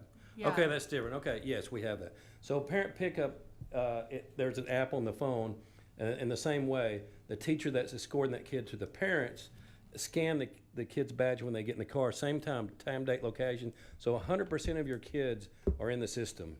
And that parent pickup app works in other ways too. Like, for example, you have a track meet and kids ride on the bus to go to the track meet, but they finish early and they ride home with the parents. The coach scans that kid with the parent app that he rode home with the parents. So there's no notepads to keep up with. Again, 100% accountability for the kids. It's all in the system. We store it in the cloud. We save the data for 16 months. We can offload it onto hard storage if you need to, but normally 16 months. We haven't had a problem with that being long enough to. The coach or whatever scanning, is it from their phone or? It's from their phone. It's from their phone, so it's It's not. a free app it's- that they would okay. download from, yeah. They just scan their school ID, like They- if I'm signing my kid out, you This. scan that. They for would the scan child. this. It's Okay. RFID, yeah. And so if we're talking about in the pickup line, so I have a little and I pick him up. So when he comes to my car, that gets scanned as he's being picked up, or? So you're talking about the teacher would take the kids are Is in the that what we're talking line. about? Yes. Pick up at So Jeffrey? when that kid's going to his parents' car, the teacher will have a phone with the app on there, and she'll just scan that, and then he'll get in the car. Okay. Yeah, and then that will be time, date, location, stamp, whatever campus, what time, on a map, in the system, that kind of thing. And then, so just one more question. No problem. So what is, how long does it take for everybody to do this? So they're scanning to get on the bus, they're scanning to get off the bus, they're scanning to get in a car, to get out of a car. What happens if my notorious late kid comes in at 7:44 and then goes to the office and gets scanned and then? Again, that's all school policy stuff, however you want to do it. He can do it in a break. I mean, it's really up to you on how you want that to do. We don't really even control that. What we do is talk to schools and see what works well with them. We try to share that information out. But most of the schools that I'm talking to, when the kid gets there, he goes into the office, fills out a couple of pieces of paperwork. It's kind of an auto form that they already have that's pretty user-friendly. And then he gets a note that goes home with him from the school about the lost badge. So now, is this something that we're looking for all campuses, like for even high school? So when they go and they're driving themselves, they would have to go in and scan in that they're at school, or they scan out because they're going home? No, if they're driving, they don't need to do that. It's only going to be your bus drivers. Yeah. Right, but parent pickups too, that's what Yeah, we're but- talking about that too. You know, like if I was dropping off my son, he would go in and scan it because he's a pickup or drop off. Well, normally the ones that are being dropped off in the morning, they don't scan anything. It's the bus riders in the morning, it's the parent pickups in the afternoon. Yeah. Okay, so- Because if a kid doesn't come in the morning, that's on the parent. That's not the responsibility of the school even, if he's sick or whatever. So once he shows up to campus, he's on school. If he doesn't show up to campus, he's on the system. This is for bus riders, but like I said, this one has a barcode on there, which is used in the cafeteria and the library, so it has multiple functions. So you want this to have a stickiness that kids need it. Well, if they use it in the cafeteria and the library, they need it. They're not going to lose it as often as if it's just their bus pass. Will that replace their essential school ID? It can create it can do the same. Okay. And this can print from just any type of PVC card printer. It doesn't have to be a special printer. Can we print their photos on it like their school ID? You can. Like that? We probably about a third of our schools print photos on there. And some even have different campuses have different colors, and sports and ag and people that need to go off site have a different color. I mean, it's really up to you how you want to do it. I've got a lot of examples how different schools do it, but ultimately it will be up to you how you want to, roll it out. So Dave, and again, like I said, I know you got a lot you can cover here. Can you talk about routing and what your Sure. product does? Can you go back one side, please? So the routing you can see is number 4. So our solution basically, and we've already been working with Melanie a little bit on this. So we have a few ways that we can route, and usually we will take the student data and we'll put them all in the system. And normally what we'll do is we want to make it as efficient and as effective as possible. So we'll do what we call Geo Fences, and they're basic geographic areas that you put to cover that school district. So we can see where the addresses are on the map. So we try to use those Geo Fences to divide that, so you're not overloading some buses and not enough on the other bus and that kind of thing. And we try to keep everything balanced. And then it's basically mathematical that will go out and then do the routes automatically, and then those are optimized more or less locally. So you'll know, hey, you can't go down this road because, blah, blah, blah, it floods during this time of year, or whatever, you can't cross here. So we'll work with the local team to do group pickups and that kind of thing to then optimize it even further. And then we can also take your route data that you've already have and then put that in the system and work that way instead of doing it geofence way. Take the routes you already have, go ahead and optimize those and see how they balance. And usually, you'll see, well, those kids probably move over, that kind of thing. We can combine routes. We can separate a route and make it 2. There's a lot of customization that you have, and it's pretty efficient and effective. It does all your driver sheets, your printed driver sheets, et cetera. But it's kind of a combination of using the system to work and then utilizing the local data to make it more efficient and effective. And then trip view is just a field trip solution. Maintenance view, it does pre and post checks. It creates work orders. It scheduling for any maintenance, mileage, time, even engine hours. Does battery alerts if any batteries dip down. Driver view is a tablet. It's fully functional. It can actually work with some of these solutions like maintenance view, that kind of thing. It's permanently installed on there. That'll give turn-by-turn directions in real time, both audio and visual. If a kid tries to scan on it, he's not supposed to be on that bus, go, Johnny's supposed to be on bus A or parent pickup or whatever. And then we also have a sub-driver tablet, which is a lot less expensive, and it's stored in the transportation department. And so if you have a substitute driver and they don't know the route, you pull that one out, and on the tick box you select what route they're going to be taking. It has a mounted Gorilla suction cup mount. You put it in the window, and then that will give them turn by turn and also list the kids getting on and off at each stop. And it's, like I said, it's not expensive because it's not a rugged tablet. It's a Wi-Fi tablet. It's not real live data. If someone tries to get on, they're not supposed to be on it. It's not going to tell them. But it's $240 one time for the tablet and $10 a month for the Wi-Fi software. So that's huge. With that tablet, gosh, everybody in this room can get a CDL, can't they? All of our schools love that because when you start getting into tablets, they get really pricey. But you have to pay $240 one time, and then you can use it with all your substitute drivers. People love the sub-driver tablets. And then the last one's camera view. We have a full, video solution, and that would be another presentation, but I'm pretty sure y'all already sat there anyway. Okay, you can go to the next slide, please. I think I've talked about most of these, so I don't need to waste time here. Really, I'll kind of follow up at the end with some of our key focuses, but you've got it anyway in writing. Next, I want to try to move through this a little bit. This is just one of the screen captures, and this is the GPS tracking, and you can see which ones are behind, which ones are on schedule, which direction they're going, and there'll be a little pop-up that will tell you how fast they're going, that kind of thing. Keep in mind, parents can never see any of that data. This is school data only. When the bus is on their way, they cannot see how fast it's going, anything. They can just see the blip as it's moving closer to their house. That's all. Okay, next. This is the RFID. Like I said, it's pretty quick. You have to scan within about 1 inch of the RFID reader. If you look on the paper, the first slide, you'll see my daughter scanning on the little scanner. It's a little bitty thing. It beeps, and then that data is uploaded to the cloud. And then the Parent View app, that's basically it, and some login, and I pretty much kind of talked you through most of it there. So I'm going to kind of keep going a little bit quicker because I know there's a lot of stuff to go through with other people. So you can go to the next slide, please. And then this is route view, and I talked about that pretty much. I mean, this is a slide of us doing optimization over here where we're listening to kids, and again, in route development, editing, combining routes, creating routes, Geo Fences.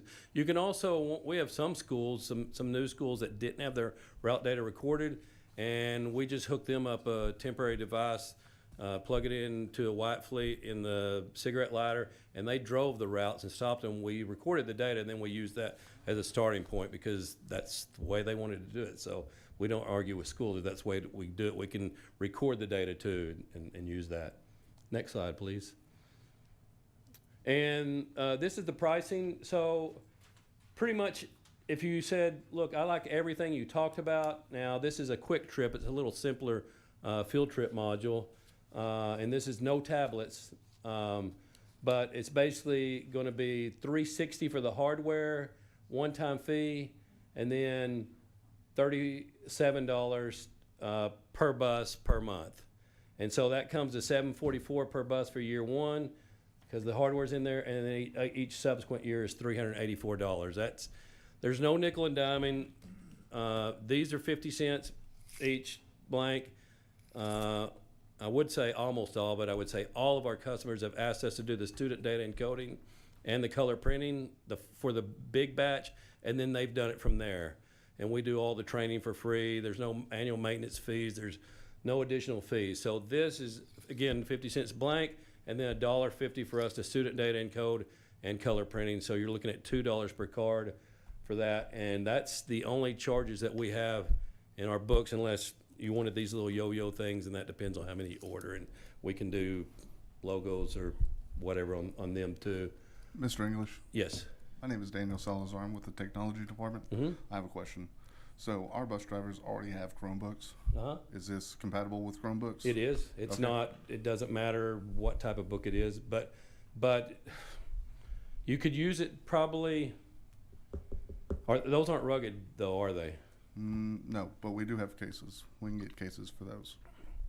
I don't believe they currently have them. Yeah, we just have to explore that, but the system's compatible, no problem. Awesome. Okay. Yeah. Another thing that you're here is good.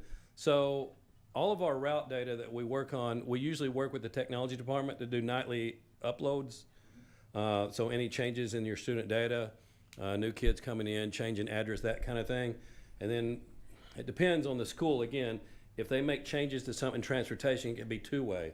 So changes they made in transportation, changes from your student data platform, use Skyward? Skyward, yeah. yes, sir. So we usually time that where it does it around midnight, and then that's a nightly upload. We just have to work together, make sure that we don't do anything for you, but it's basically, I forget, I'm not a technical guy. I have to get, Patrick's the main guy. But anyway, we work with the technology department to do that as well. Awesome, thank you. So next slide, and I think that might be my last one. It's kind of a gimmicky slide. So basically, we really focus on being user-friendly. Like I said, we just started this 5 years ago, which in a way is a very positive thing, because some of our competitors have been working on this for decades, and they've invested so much in it, they can't start over the blank sheet of paper. So in a way, we were able to leapfrog some of that legacy technology and make it very user-friendly and simple for the people operating with it. Like, you want to combine stops, you just pinch them together and press combine. You try to work with TransFinder and Tyler Technologies, it's not that simple. Provide highest customer service. We're right down the road. I think you can talk to any of our customers, and they're our biggest salespeople. We usually become friends with them. And then make it affordable for all schools. We don't think you have to be a large, rich school to be able to afford it. And to prove my point, if you went to Starbucks and bought a coffee venti and a butter croissant for 2,000 students, 3 times a year, the first day, the middle of the year, end of the year. Probably elementary kids wouldn't like it. But anyway, you did that. You could buy a full bus view solution for 25 buses, bus view, student view, parent view, route view, quick trip maintenance view, 2,000 student RFID cards with all the color printed down in Dakota. Fund it for 2 years and still have more than $10,000 left over. So it's not cost prohibitive, and we really target the mid to small size schools. Our largest school is Lake Worth, and they have about 4,500 kids or something like that, and then we have schools that have 700 kids. So I mean, we have bigger schools that we do small projects for, but anyway. David, my last question is, we've got 3 community or 3 developments right now that are either paving roads, building houses, or plowing roads. So would your software keep up with a fast growth community? And I'm talking about the routing part of it. Yeah, that's a good question. We work with 2 kinds of software. One is Google Maps, and the other one's called Here. And they basically get their data from the county. And it really depends on how quickly the county uploads those. But normally, you know, the roads are put in before the houses are finished. So normally those roads get put in the maps before someone moves in that house. But we do have cases where it hasn't been done yet. It's not a super common thing, but it does happen.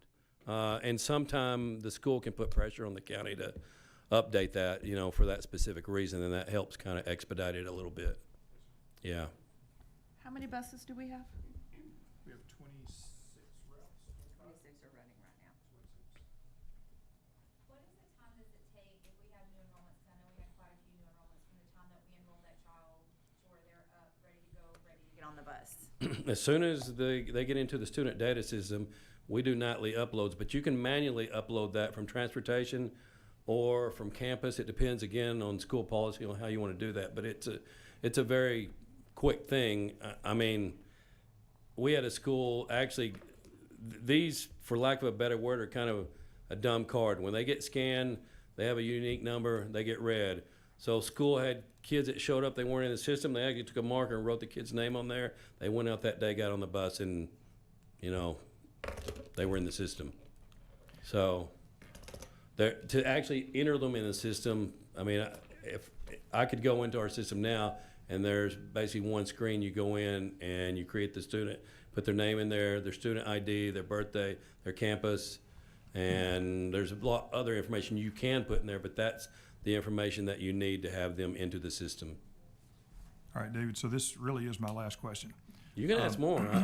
So, no, we've got other items. I know. So, we did a pilot trial. What was the result of that pilot?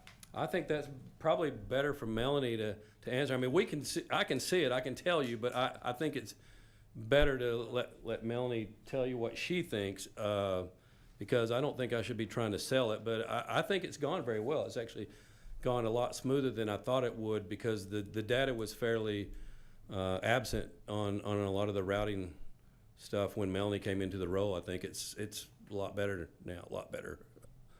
Yeah. So, I'll get out of your way, but I'm not leaving. the feedback that I got was how much better we have been than a lot of other campuses as they have done a trial. So we've been running a pilot in Patriots, and one of our buses has been scanning our students on and off, and when we did our snapshot count, we used the data that day, and then they just wrote in any students that did not have cards, and we had some that have been added since we started. The printout, I believe, was right after spring break. So we have some students that have changed buses or moved in, and there was also some data. We had a couple of kids that did not get cards. We just didn't have their names when I gave them the information, and they made cards for us probably in late February, early March. So we were starting to plan ahead. So with that, we had good information. It was a lot more quick than I can't even tell you.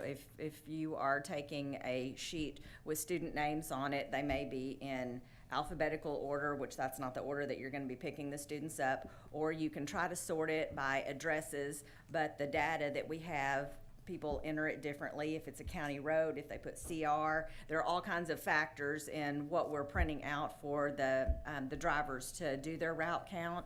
And so they have to stop and count those students and manually enter that. That goes away when we scan and our kids come on. We also know where their kids are. You know, that's been one of the challenges is keeping up with students, because we have allowed a lot of students to go to various addresses. We can't keep up with who is going where. A lot of times students don't even know which bus they're supposed to be on. We have siblings that end up on different buses. They have to meet at another location and swap the kids out and get them on the right bus so that they're going to grandparents' house or they're going home. And that has been a problem that has also gotten worse and manifested into a new set of problems as our buses have filled up. So it's very difficult to determine how many students are going to be riding if we don't have that data and we're allowing a lot of changes. If we have a large number of extra routes and our buses, and we're running them, you know, 3/4 full, we could allow a lot more things than we are currently able to allow. I had a parent call today that they are wanting to move and stay at grandma's house, and the bus that we're looking at has 67 students on their busiest days, and they're having to call and us send another bus, or sometimes offloading students at a campus and having them wait with an administrator until I have a bus that is available to go back and get those kids. So we're seeing a lot of transitioning that we need to look at and address as we go forward and figure out what our policies are going to be and what we're going to allow. So that's kind of what we're looking at there. Yes, ma'am. So as far as the pilot is concerned, As far as the pilot is concerned, it has been successful and we've had good data.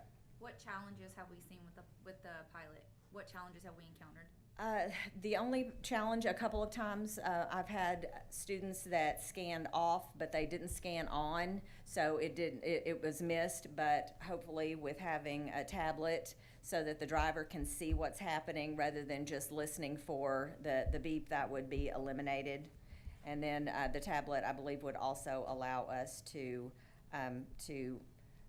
check a student in manually if they did not have a card that day, and also have access to mapping.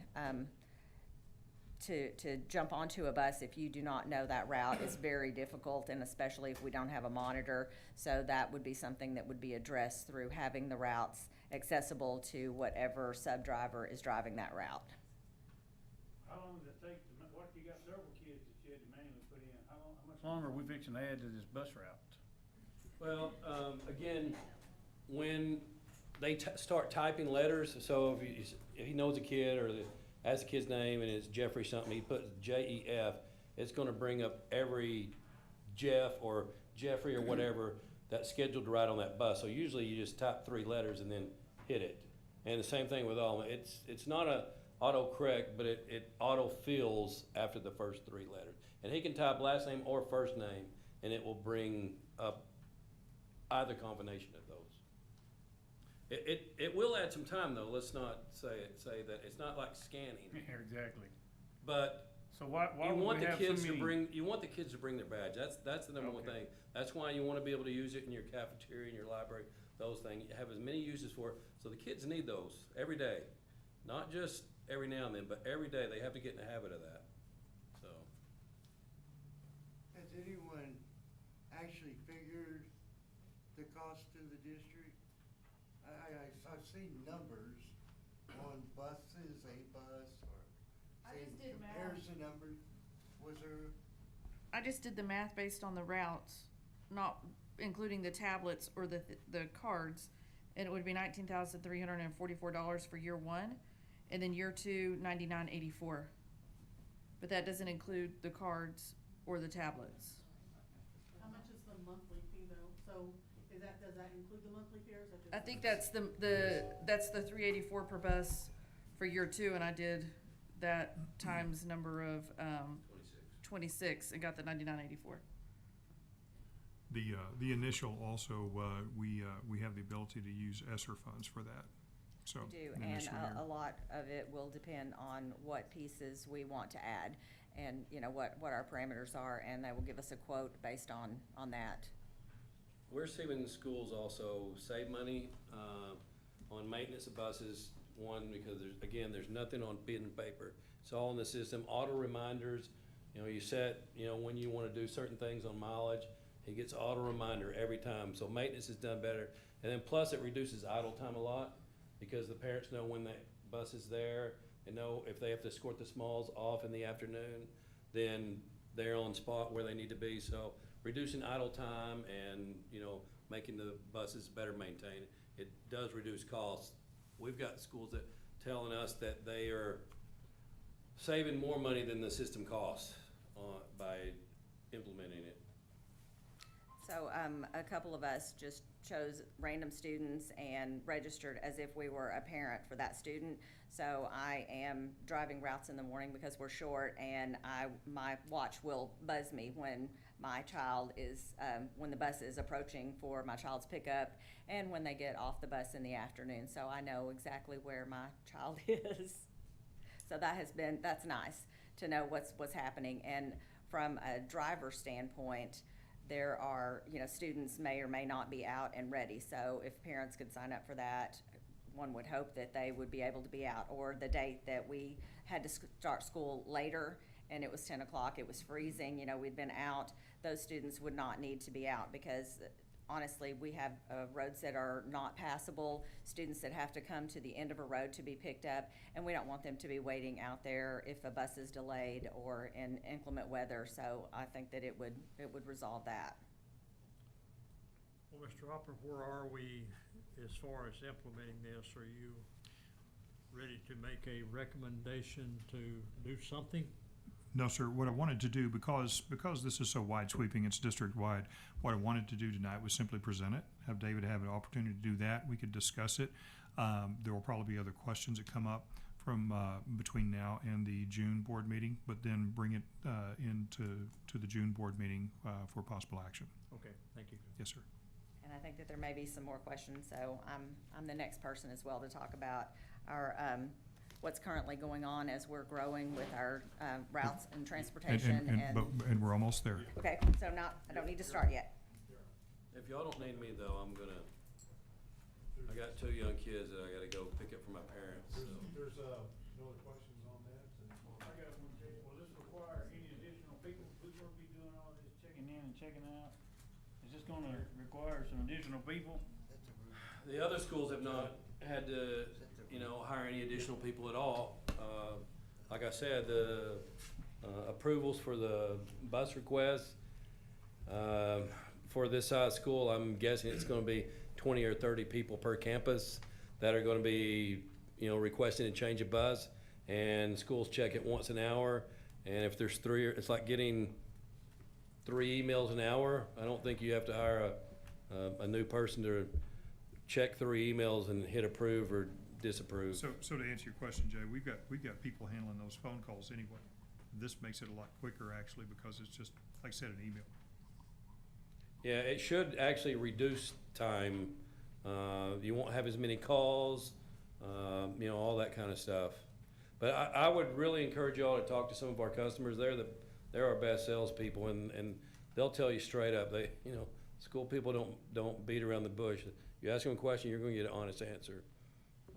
And a lot of our customers are in this area. Ferris right down the street, Pilot Point, trying to think them all. Fairfield, I mean, there's schools around here that are pretty close that you can talk to. Okay. Well, David, I appreciate your time. You're welcome. Thank Thank you you. all. Have a good night, sir. Thank you. All right, so we're gonna go on to item number 11, presentation of proposed transportation staggered start. Melanie, this is. Okay. While she's passing that out,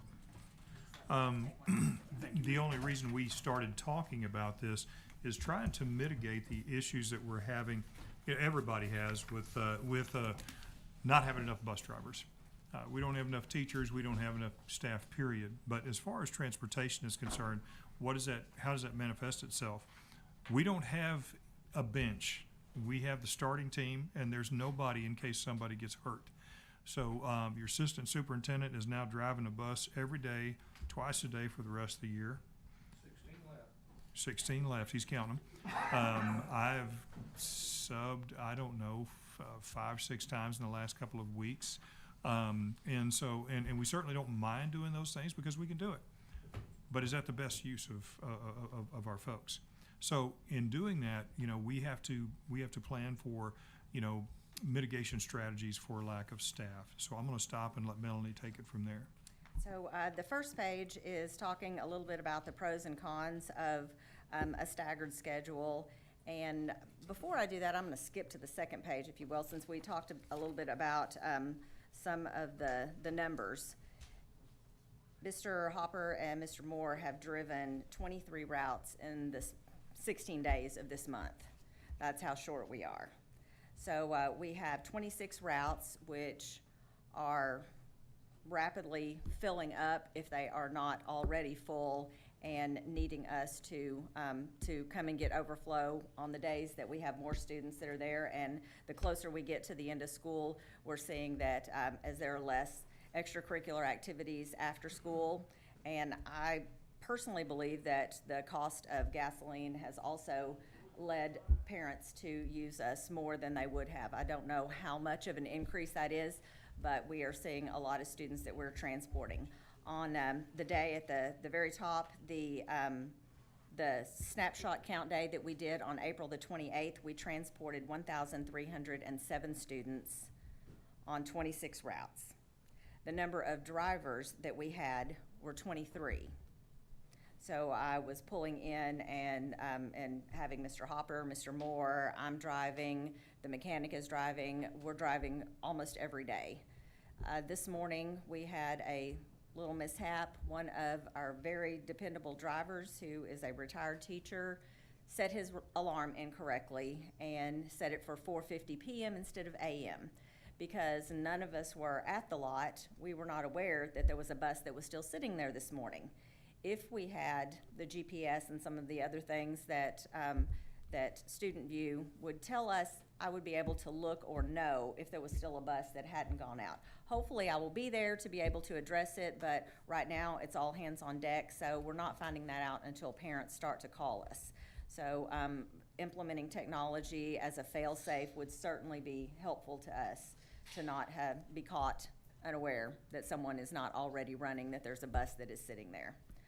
So to go on, the number of routes that we have is 25 that we're filling. We have 23 drivers. So we have also 4 special ed runs, but they are not included in this number. They're their own. We're just talking about our big buses. The number of routes that we are combining or covering daily due to lack of available drivers is 4 every day. The number of route buses that required relief on days that the number of riders exceeded our capacity is 6 routes. So I have to look at those 6 routes daily and anticipate that any one of them could call us and need us to pick up students because they have exceeded the capacity of the bus, and we're just not gonna run if students don't have a place to sit down. The number of buses or bus routes that are nearing capacity is an additional 4. The number of routes that are requiring driver coverage between January of 2022 and April is 308 that we have had to fill with either a sub-driver or splitting a route and putting them on other buses, running a second route, sometimes students late, 308 times, not counting this month. I'd mentioned already 23 is the number of routes that have been covered in the past 16 days by our superintendent and assistant superintendent. And our number of drivers available is 23. And based on that 1,307, if we were transporting 51 students per bus, that would be 26 buses. The capacity of our buses, the majority of them are 77 passenger buses.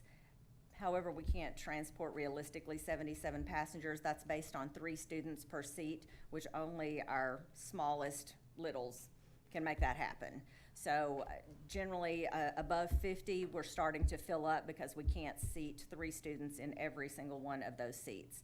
So that would mean that we needed 26 routes, and we're running 25 of them due to having split and combined some routes to make that happen.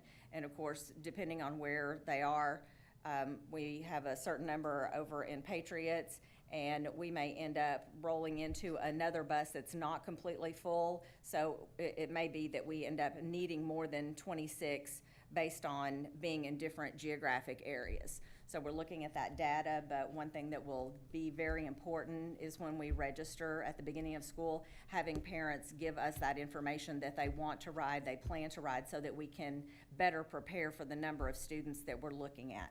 Certainly if they don't ride, then we will not be as full, but if we have students that have not signed up for transportation that we're not expecting to ride, that's when we have a difficult time planning. And the reality is everyone nationwide is having a bus driver shortage. It's become much more difficult not only to find drivers to drive because it's a part-time job, but also the training. There's a new mandate, a federal mandate, that drivers have to have additional training before they can even go and test.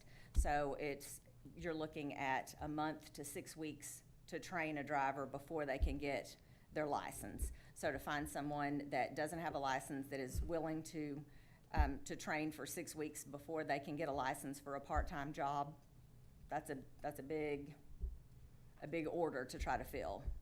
So I don't have a lot of faith that we're going to find an overabundance of drivers. So we're looking forward at ways that we can try to minimize and provide transportation, and that's where we have come up with or come across with the staggered schedule. A lot of other districts are doing it, probably for some of the same reasons, or so that it allows parents who are dropping off children to be able to get to different campuses. Not everyone has their campuses close together the way that we do. However, that in and of itself creates some additional problems because we have traffic congestion. So on the first page, I have some of the pros, which reduce student time on the bus. Since I have been driving, what I have noticed is that in picking up at all 4 campuses, our students who load onto the bus first are on the bus 20 to 30 minutes before the route ever starts and leaves our campus area. So that's a lot of time on the bus in the morning and in the afternoon that we could eliminate if we were only going to 2 campuses rather than going to all 4 of the campuses. We also, I would think, a reduction in traffic congestion because we will not have everybody in town trying to get to all of the campuses at the same time. And our buses would be split in the different areas as they're going to those campuses and then heading back out to get the next run.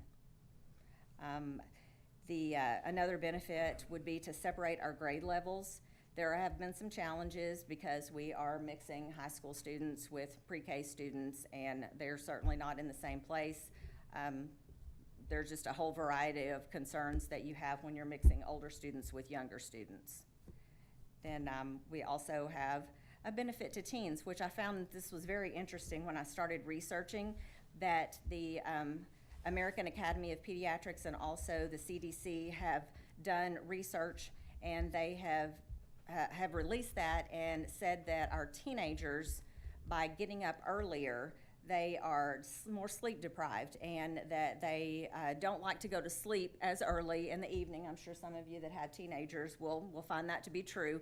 And by getting up earlier, they become more sleep deprived, and there are a certain set of things that go along with that. They are less focused. They can, by not sleeping, they have a greater risk, health risks that can be becoming obese, leading to diabetes, and even not performing as well at school, or even absenteeism. Those things they have found to improve. Some of them more than others, but they saw improvement in the teenagers when they had a longer time to sleep in the morning before they came in. And a lot of school districts have gone to not having their students attend or expected to have a start time before 8:30 in the morning. So just looking at some of that research, it looks like we could benefit from that, even though that was not what we were looking for when I began to research it. What I was attempting to do is find a way to address our driver shortage, and this is pretty much where it has led to. If anyone has any questions? So what's that gonna do for some of our teachers? They're gonna have to come later and stay later? Or? I would address that to the campuses and how they would, what they would look at. Yeah, I mean, have we talked to some of the teachers and how they felt about that? We have. Now, what it's gonna do, Jay, is that, they're putting in the same hours, because you've got elementary and primary that would actually, arrive earlier, but then actually dismiss earlier. Then you have secondary that arrive later and dismiss later. Now, something like this, you know, a lot of times when you implement something or do something new, you're going to cure some things, but you're also going to create some things that you didn't have. I mean, that's just inherent in this type of a thing. So we did, in your package, you saw some parent feedback and some staff feedback, and I can go through some of this pretty quickly and kind of give you an idea. The problem with some of that feedback is absent a whole lot of information. Basically, we're asking questions, but there's not a lot of information about, you know, how would this work. Well, we don't know exactly how it would work in a lot of these instances, but we did get some, do have some feedback, and I can do that here in a minute if you'd like me to. Yes. I also left out one other thing that I thought was interesting. When I looked at other districts and having a later start time, almost every district had at least a 15-minute difference in their start times, and many 30 to 45 minutes, and it extended their day to 4 o'clock or later, and they seem to be functioning well. One of the things that was done is having tutoring for the bigs in the morning rather than after school, and it allowed them to not have their athletics and extracurricular activities that happen after school to be affected. So that was a benefit to them, and as well, I think a lot of parents that are able to drop off if they were going to have tutoring or something like that, they can drop off more easily in the morning than they could picking up early after school. So with an athletic schedule or a later schedule, that worked out well for some parents. So I have a question about the athletics also. So when you go into athletics, kids have to leave early to go to games, and this game at the junior high starts at 4 o'clock, and the junior high's not getting out until 4 o'clock, and it's an hour drive to Ferris. Now they're not missing just one class, they're missing maybe 2 classes. So how is UIL gonna allow, I mean, I know we only have so many hours or whatever we can miss with UIL because it happens with FFA, all of it. So how is that gonna affect if we put the bigs coming in later and leaving later, where they're missing more classes, where if you put the littles up first, they're not missing anything, and the kids that are in athletics or, you know, FFA or anything like that, they're actually still able to do that, and they're not missing as much schooling, as much class time.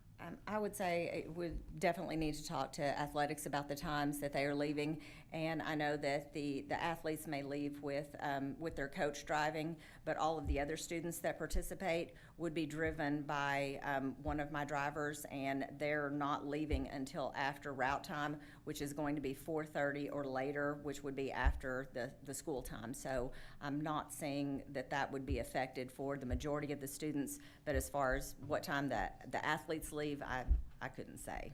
Yeah, UIL is not going to be an issue on that. Now, would they be missing more school time? You know, common sense says probably yes. And we don't want to miss instructional time. It's one of the things that we always stress when we have tournaments. I always tell the coaches, you know, if we host a tournament, our kids don't play until after school. We don't need to be playing at 10 a.m. Because we want to prioritize that. So, but again, to answer your question, surely if we're going to have to leave early and school starts later, it's going to impact it some. How much is it going to impact it? That's something we have to flesh out. But UIL is not going to be an issue on that. That's going to be ours. Yeah, like I said, when you're trying to cure something like this, you're always going to cause something. There are always going to be other consequences, and that's why we wanted to discuss it tonight not take any action on this. This is something that takes some time to talk through. And if it's something for us to do, well, then let's do this. But it's going to be something that we take our time with. We be very open about it. We've tried to, we've sought some parent input. I think after even tonight, we would go back with a little bit more information and try to get a little bit more feedback from parents as well. And then come back in June. And if it's something we need to do right now, then great. And if not, then that's great too. I will tell you that the issue is that we don't have enough bus drivers. And that chain reaction is only going to, as Melanie said this morning we had a bus that was extremely late in this situation because of that.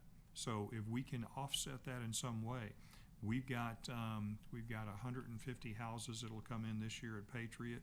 We've got 50 over here, so that's 200, and we're cutting dirt down there for another 106. So that's 300 houses, and give or take about the next 12 months. So, and those are just the ones that are active. The others are coming not long after that. So we're just trying to find some ways to deal with all of this. So I think we gotta be mindful too, in today's setting, mom and dad work. that's true. So here's mom and dad, they're set with their jobs now on a schedule. Right. So now we're fixing to do something that's gonna impede that. So one of them's gonna have to be staying behind at home, being late to their jobs. I mean, So- Or they use their big to watch the little. So right. well, that's kinda sketchy too. I mean, So, but you're correct in every bit of that. I want to go through this real quick, if you don't mind, this data that we had. I had a quick question. What percentage of our students are bus riders? A little over half. what'd you ask? So 50%? 2/3. Two-thirds. And that's consistently, like, they ride the bus every single day to and from. Some do not ride in the morning, some do not ride in the afternoon. There's variability. And also for the primary, we're averaging 120 cars in the morning and in the afternoon. So that traffic that you're seeing, why there's no flow, is because our car riders, the parents, they're stuck. And so the buses can't come out and no one can go in. So that's playing a role also into the traffic. So there's several different issues that we're trying to remedy. I was saying at the primary, I mean, the traffic would still exist, I mean, around the campuses because the buses and the cars would still be dropping off. At the same time. Yeah. Yeah, the middle and the high school would not be dropping off at the same time. And, hopefully we would be able to come up with a traffic flow plan that would take that into account. Here's my other thing that I would see that would happen was a lot of the parents that are gonna drop off at the primary or elementary, they're gonna go ahead and drop off at the middle school and high school and say, well, hey, I'm not gonna make another run, so now go to tutoring. And then we're gonna see more discipline actions. I think that we're gonna have more problems there. Cause they're gonna be at school a lot longer.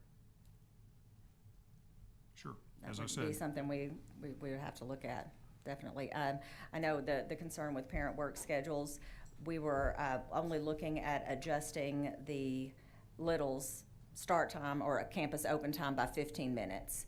So those would be the students that would be less likely to be able to wait by themselves for the bus in the morning, whereas those that we are adjusting the middle and high school would be more likely to be able to wait on their own. Of course, that would be a parent decision, but a better decision, I would think, than leaving the littles on their own.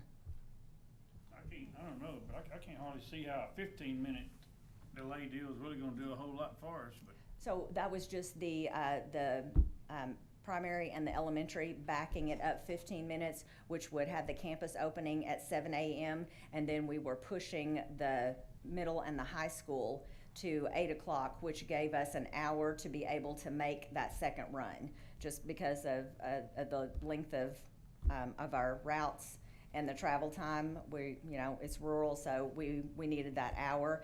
We could find out as we start to do that with the traffic and the drop-off that it might not take us as long, but we don't know. That's a conservative estimate, we believe. So then that doubles our routes. It does. So then that doubles our cost on the other thing we looked at. It will double our fuel cost. However, what I'm looking at is having the drivers that I have that are not blended employees would be those who would run a second run, and rather than having the minimum cost, which is $40 per route for a driver, it would be half that because it would be an additional hour in the morning and in the afternoon. So it would cost half of what it would cost us, not counting benefits, to have another route driver if we could find one. And then this doubles also. This, If we went with this, it also doubles. The Uh, NFT, the BuzzView thing doubles. No, not for the, it's still. Because it's per route, right? No, it's no. per bus. No, it's per bus. Oh, when I asked how many buses, I was told it was 26 routes, so I took that to mean it's per route, not per bus. No, it's per Okay, bus. so it's per bus, gotcha. And we're looking at probably 30 buses rather than the 26, just to handle our growth, or any bus that we would need to already have the scanning ability in. They wouldn't necessarily need the tablet and the other things, but we would want them to be able to be rotated in if we had a bus down, be able to keep going. What's the, we've got some buses that don't require the CDL. We've got some people, it's not the 77 passengers, They're the 14 passengers, and some of our little buses are greater than 14 passenger. Right now, we are running 3 for our special ed students that do not require a CDL license. They have to have a 20-hour school bus driver certification, which is the same as our CDL drivers, but that allows them to drive a 14-passenger vehicle. Okay. Well, and like I said, even if, with that NFT as well, I think that would help us optimize even, one, for the parents to actually know, hey, there's that delay between when let's say the older ones get picked up and the little ones get picked up, but they can be able to, they're able to monitor at least where that bus is at and how much longer it's gonna be. And then maybe we could then look at shortening some of that, instead of it being an hour, maybe 45 minutes. Some of that extra time. And there would also be additional reimbursement, of course. The reimbursement that we get from the state never covers what it actually costs, but having a second route, there would be additional reimbursement that would assist us in defraying those costs. I don't really see how that's gonna save us any traffic issues like our elementary teacher was saying, or principal was saying, because you're still delivering everybody to the elementary, which means you got all the same cars, all the same buses. And then you're going over there and then you got all the same cars, all the same buses at the high school. So it's gonna be the same thing, just separate times. Correct. And in trying to get from the primary to the elementary campus, you're cutting through those, so hopefully you would not have as much traffic there. It would do that some, but Yeah, I think it's the not. statement earlier was stated, most of these parents, if they're gonna drop one kid off, they're gonna drop them all off. They're not going back home to pick up the next kid and bring them back to school. Exactly. Then they're getting stuck waiting for that train. Absolutely, at 7:55. Well, have we done a lot of research on making somebody wanna be a bus driver a lot more pleasing, or? What we're doing is right now we're one of the biggest things is we're addressing salaries all the way across the board. And that includes all of our auxiliaries as well. But I will tell you, when it comes to bus drivers, even looking at other school districts and their with what they're doing with salaries, it does not appear to be making a difference. That doesn't mean that we won't do everything we can. Absolutely. That'd be our best scenario, was to have more drivers. Oh yeah, if we have enough drivers, we're not having this discussion. Exactly. Yeah, and and that's what we're looking at, the reality is a lot of retired people or people that do not have to work a full-time job because it is part-time, and in dividing it out over the 12 months, it's even less than the part-time or what you're taking home monthly. So it's, that also limits what we're able to have. If with the staggered schedule, which would mean additional pay for drivers that work longer, there's a possibility that we could increase the number of drivers. And if that were the case, then we could certainly look at adjusting our drop-off time. If we had an abundance of drivers and we had decided to go to a staggered start, then we could look at bringing that closer together if those pieces would fit together. Can I ask you, out of the 308 routes that we had to have coverage from January to April, what were the reasons for a lot of those coverage? Was it just due to COVID, or were we just seeing this because of the growth and Sure. COVID? Or We what are the had reasons? some COVID. We have a mother-to-be that is now out and has been out, for different reasons. We have a driver that got her degree and became a social worker and left. Medical situation in a family has resulted in another driver leaving. And I think that there were some that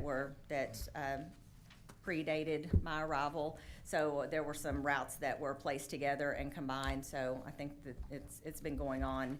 And what I've read that other districts are saying is that they have seen this coming. This is not something that has just happened because of pandemic numbers. It's been coming, and it's very difficult. From a personal standpoint, I had released my license last year, and I had to get my license again after having driven for 30 years. And I can tell you straight up, it was a whipping. I mean, a whipping. So to have someone that has no experience to go through all of the things that you have to go through, a lot of the way that the testing is set up is for drivers that drive semis. You know, one of the things that I thought was the craziest thing ever is when I took my test, going down the steps of the bus, I had to back down the steps every single time. It would have been a problem, and I would have failed an area of the test if I had walked down our steps holding the rail forward. They're just, odd little things that it's not really set up to be friendly for our drivers. We have partnered with another district, and that does help because they are understanding and give some grace, but they're held to a certain standard from the Department of Public Safety, even though they will give us a little grace for some of the things because buses are different than semis, but it's just very difficult. And still at it, still trying, but everyone's seeing that it's difficult and experiencing the same. Well, I think suffice it to say, and we've got these surveys, and what I want to do is compile that data in a little bit different way and give it back to you so that it's a little bit easier to read, although it's really compelling when you go and you compare parent feedback besides staff feedback, because we ask both groups. But also, before you can really answer some of those questions, you have to really know a little bit more information. But suffice it to say that we are exploring, we're trying to turn over every stone we can to get to where we meet the need in transportation.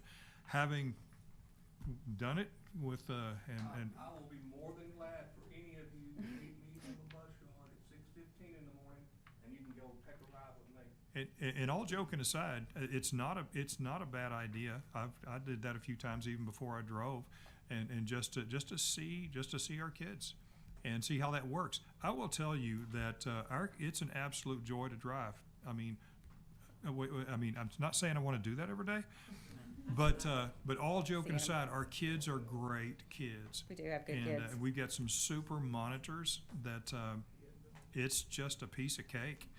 Now, it does take 3 hours a day if you do morning and afternoon, and that's 3 hours that some of us don't have. But at the same time, I got to tell you, for people that want to do that, our kids are great kids.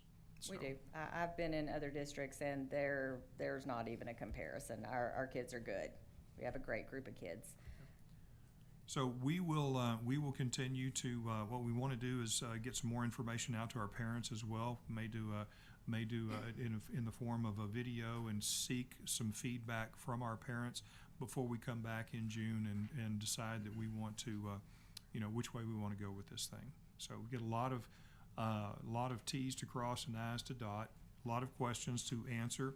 And again, I will tell you, even if this is implemented perfectly, this is going to cause some things for some families that they didn't have before. Some families will look at this and say, man, that's the greatest thing since sliced bread. Other families will look at this, and you see this in the data. We have one particular question in our parent feedback that's in your packet, and I can't remember exactly what the question is, but 21% of the parents said strongly agreed, and 21% strongly disagreed. It was exact. I just thought, that's how this issue is. So it's going to impact different people in different ways. So I'm not looking for a way to make Melanie's day an extra hour and a half longer, which is what this would probably do. So I'm definitely looking for any solution that we can to just get our kids to school, because that's what we want to do, to have them there and so that they can start their instructional day. Right. And if this is it, fine. And if it's not, that's fine too. We'll keep looking. Agreed. I appreciate it, Melanie. Thank you. Thank you. All right, we'll just move on here to item number 12, presentation of student growth performance update. Dr. Ann Marie. Hello, everyone. So we have conducted our end-of-year MAP growth assessments. And so this data is looking at our students' growth from where they began back in August and where they ended now in reading and math. This is not giving any performance data, so we're not looking at their grade level performance. We're looking at how much each individual student grew from where they started. So you can see the first slide is reading. And according to NWEA's research, we can reasonably expect about 50% of our students to meet the 50% growth. We can reasonably expect about 50% of our students to meet or exceed their expected growth. And so that's the red line you see is 50%. And so every campus is above that. And so that's great. So that's, we're doing better than can be reasonably expected as far as growing our students in reading. And you can see elementary is close to 60%, middle school right behind them, and then high school and primary are also above that 50% mark. So overall, we had about 55% of our students met or exceeded their growth in reading.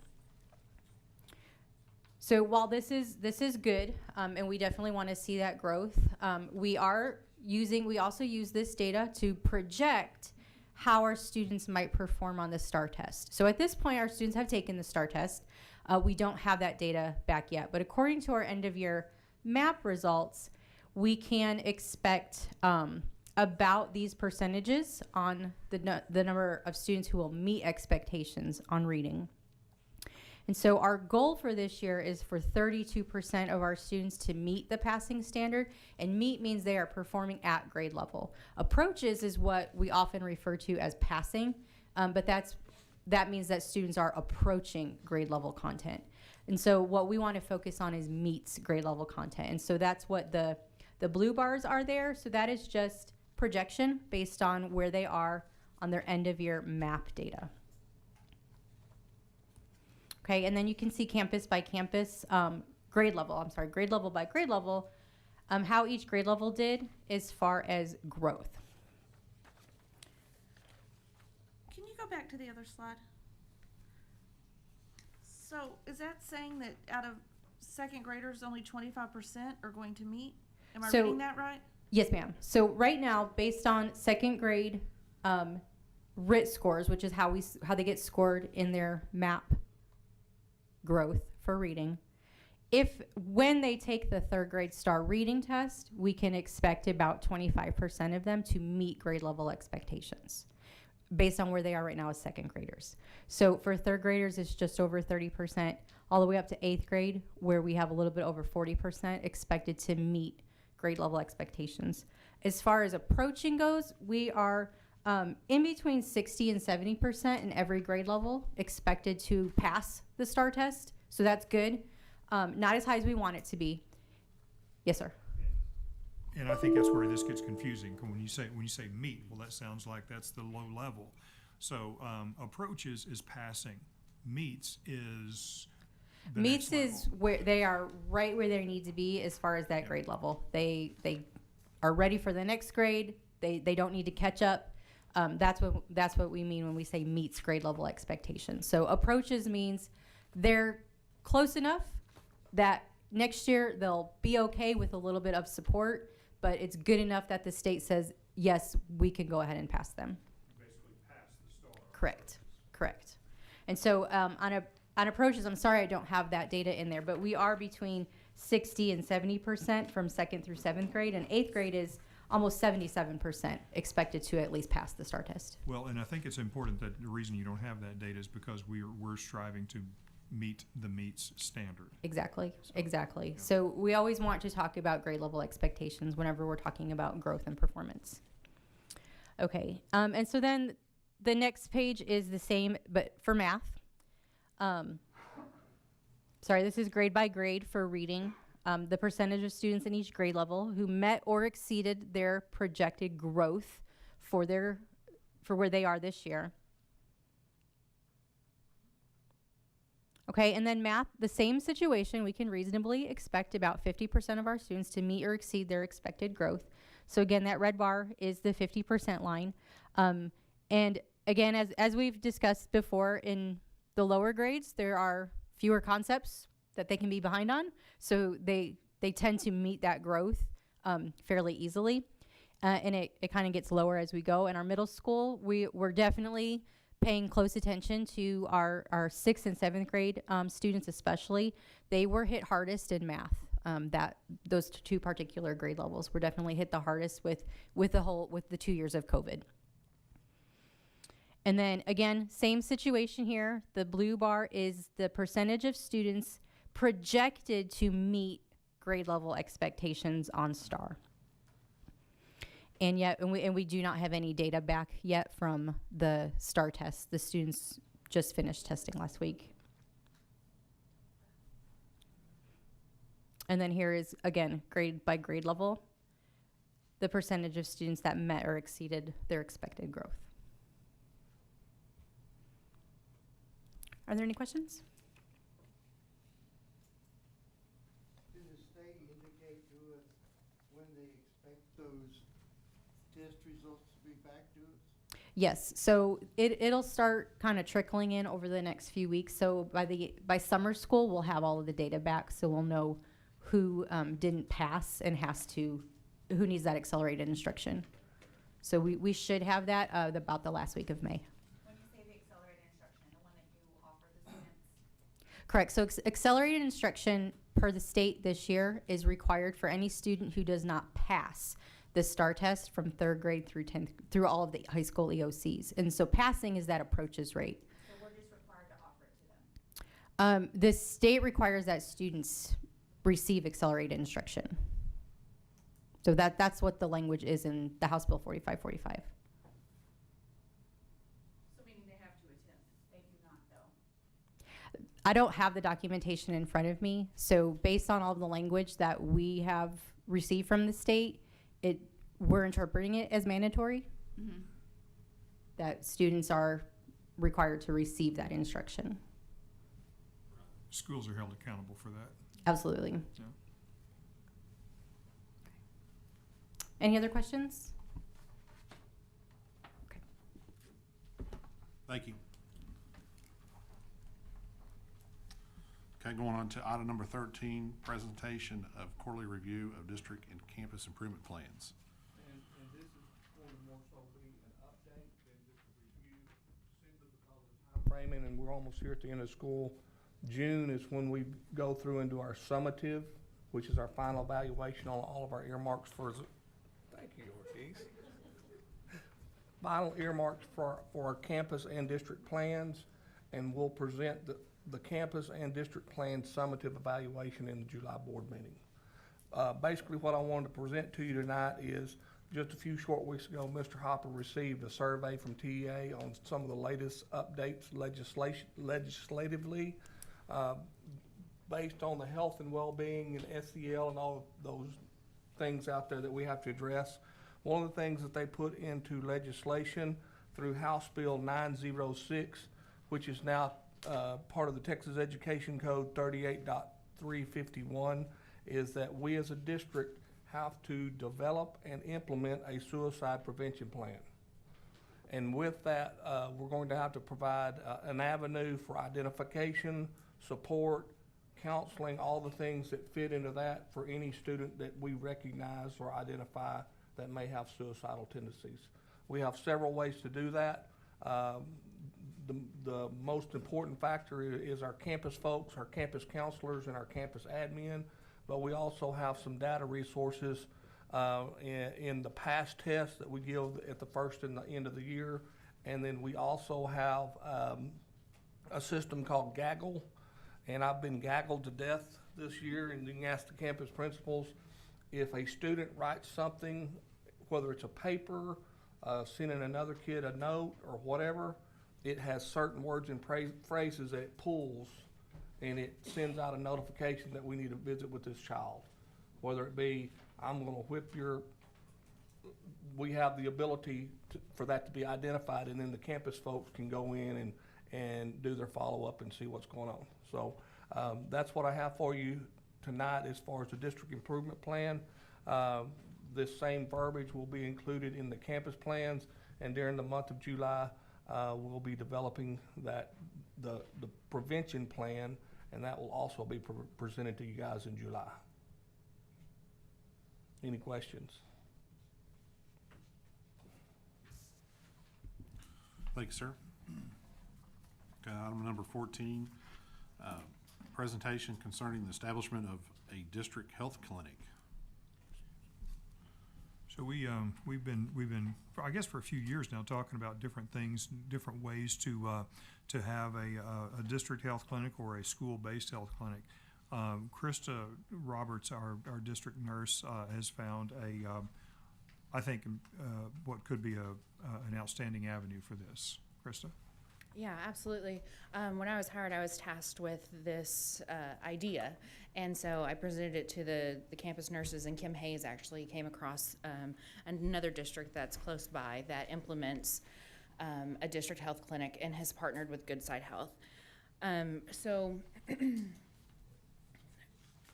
you want to go through the financials first, or? Can you tell me? Let's do the presentation first.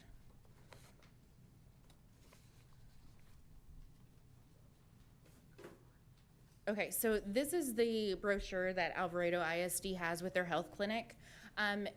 This is something that they have all around Alvarado. The parents are familiar with it, the students are familiar with it, staff can use it. There's a simple QR code that you can take a picture with your phone and register with Goodside Health as a separate entity. You put in all of your insurance information, they do all the billing. It's not handled through the district at all, and that comes straight from them. All of their literature is in Spanish and English, and if we have students who need bilingual services, they can get providers that, if it's a common language, that are bilingual in those languages. If not, they bring in a translator for them. So with this, Alvarado ISD has opened up a district health clinic in their administration building, and they service all the students in Alvarado ISD and all the staff members in Alvarado ISD. Now, through a partnership with Goodside Health, you can include future, looking forward, staff members' families, or the entire community can be serviced through Goodside Health, because they service anybody from 0 to 99. I guess you could be over 99, but that's just an example. So with that, they have the register QR code, and then the district has come up with an appointment QR code. So once you register, you only have to register once, and then you're in their system the whole rest of the year. The idea would be to put that registration into our enrollment packet. So as you enroll your student, you're already registered with Goodside Health. So anytime you need an appointment, you would just scan the appointment QR code, and I would get a notification on my computer, and we could schedule an appointment.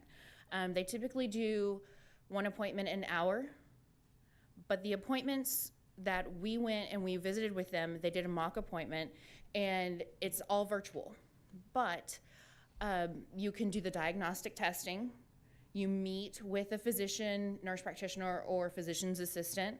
They're able to ask you questions, they're able to put in orders, they're able to prescribe you medications and send it directly to your pharmacy. So that was something that we experienced, and it was a pretty easy process. It was enjoyable, okay? Do you have the PowerPoint?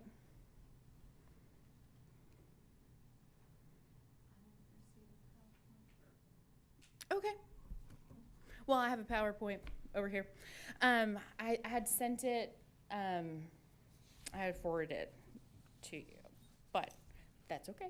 I'll just go through it. So Good Side Health was created by nurses who had discovered that there was lack of access to healthcare in certain rural areas. So to bridge that gap, they said, we're going to come up with a company that allows students in underserved communities access to appointments with healthcare professionals as needed.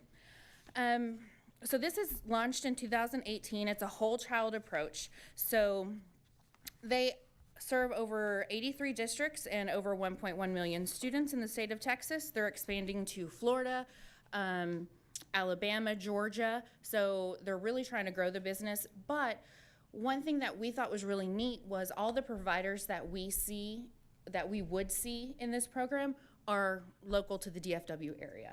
So in Alvarado, when they request an appointment, the nurse practitioner that they're seeing or the physician they're seeing is calling from Burleson or from Fort Worth. So it's somebody that's local, that's familiar with the area, and familiar with our students. So we have on-demand physical health care in the nurse's office. We can also help with the mental health screenings.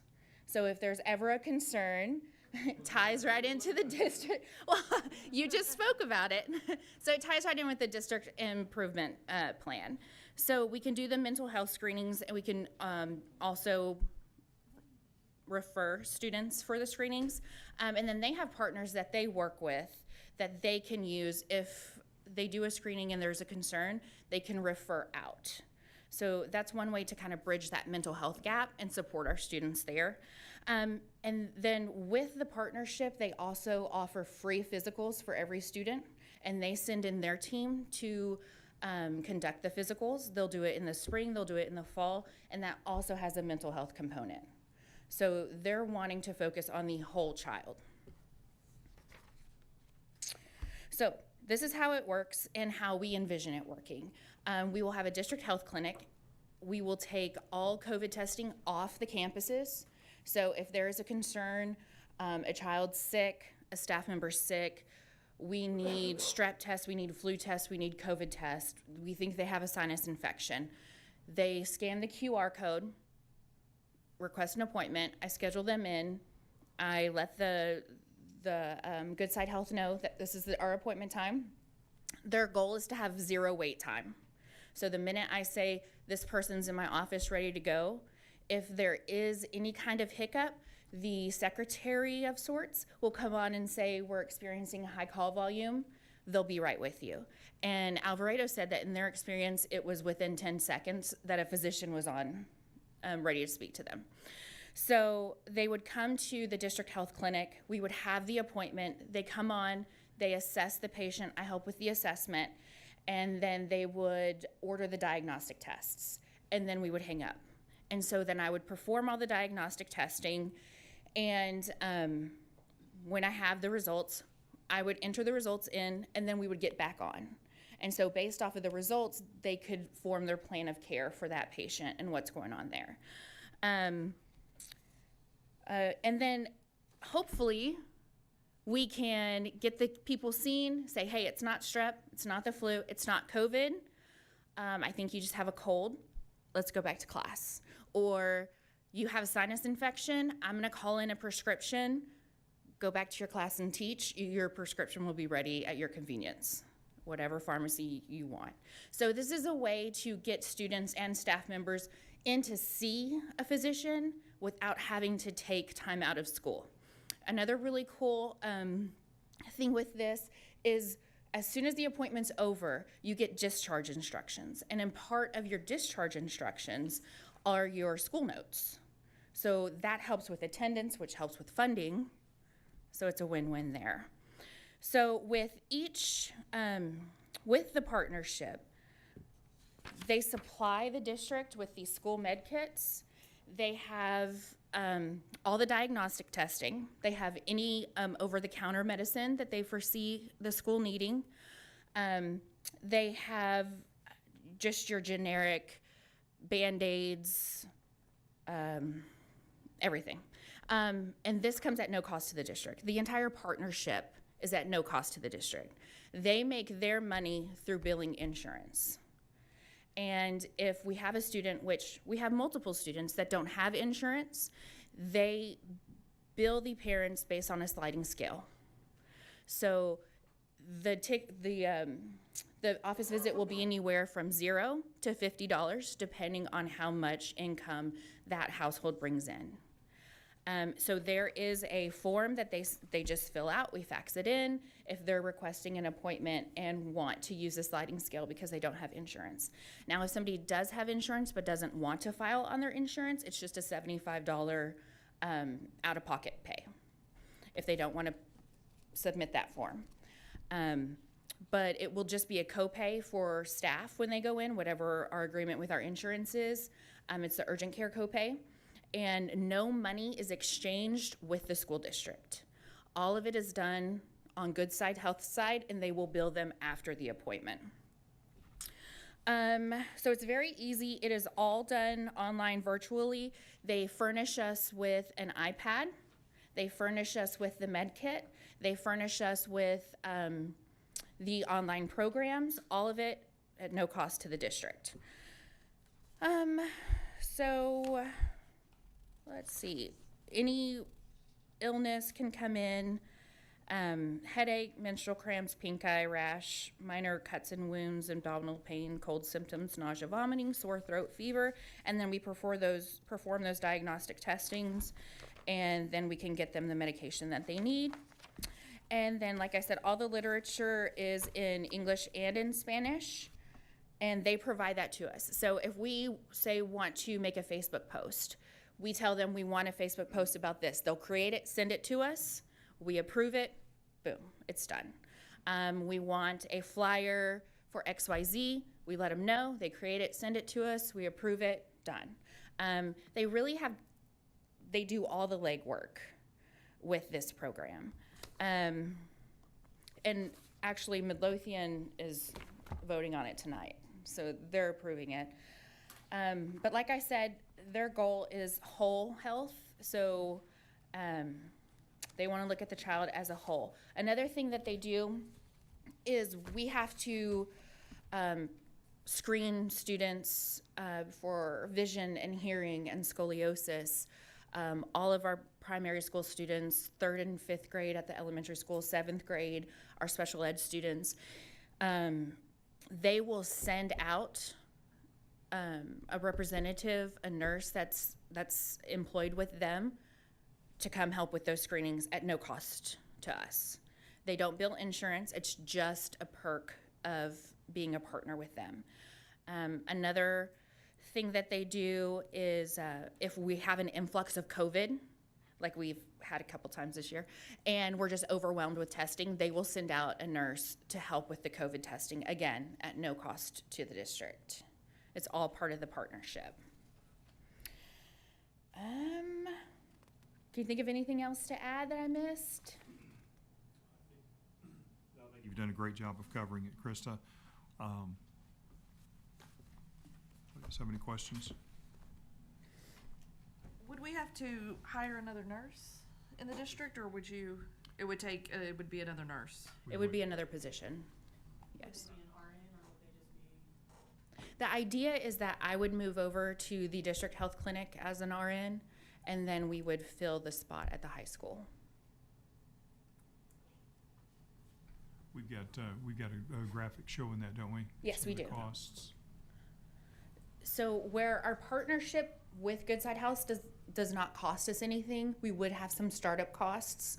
For example, the salary of the nurse that is going to cover the district during the day. And we currently don't have anywhere to put the district health clinic, so we would need a portable, and preferably a wet portable.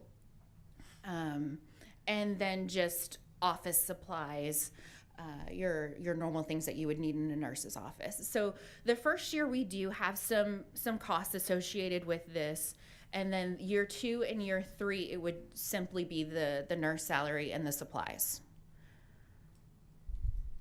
So we're estimating the startup would be 151,000? Yes. Once again, we have a source for that. Okay. Well, and not just a health clinic per se, is just so you already know, she's also going to be teaching. Yes. Because Yes. we'll offer principles of health science. Yeah, that's why I was gonna, Yes. I thought that was something we And talked so about. she'll be tied to that, so part of the staffing piece is to allow her the opportunity to go teach a class or two during the course of the day. And then as we grow the thing forward, we've got a plan mapped out so that, there's multiple certifications that we can get moving forward once Right. we get started. Right, with the health science Yeah, is, that's a big thing. yeah. And this is only Umbrella. offered to the students and staff at first, and At it's from first. 7 to 7:30 to 4:30, or? It will be open when the school's open. So 8 to that's something that we'll have to talk about with, if we do decide to stagger. Or are we gonna open at 7 or with the primary and stay open until 4:30 with the high school? Or are we going to condense that? We're not sure what that's gonna look like at this point, but the idea would be when the district's open, the clinic's open. So, Right. just one more. No, you're good. So a lot of our kids are on, Medicaid or whatever, so they're gonna Yes. accept that too? Yep, free of cost. All visits for Medicaid participants are free, 0. Yeah. So it's just really how we want to implement it with Right. the details. Right. Okay. No, I appreciate Krista and Kim Hayes for actually finding something like this we've been looking for a while now. So I think it's something that could possibly really benefit our kids. Again, wanted to present it tonight, possibly bring it back in June for action. Yep. Thank you, guys. Thank you, Krista. Thanks, Krista. All right. On to item number 15, consent agenda. Anybody like to make a motion? I'll make- a motion that we accept the consent agenda as presented. Okay, I got a motion by Greg. I got a second by Gerald. All in favor? Motion passes, okay.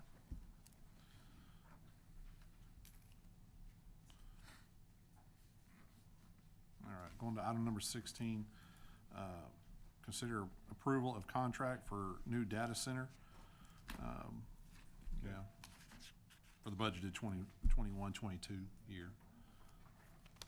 Sure. Yes.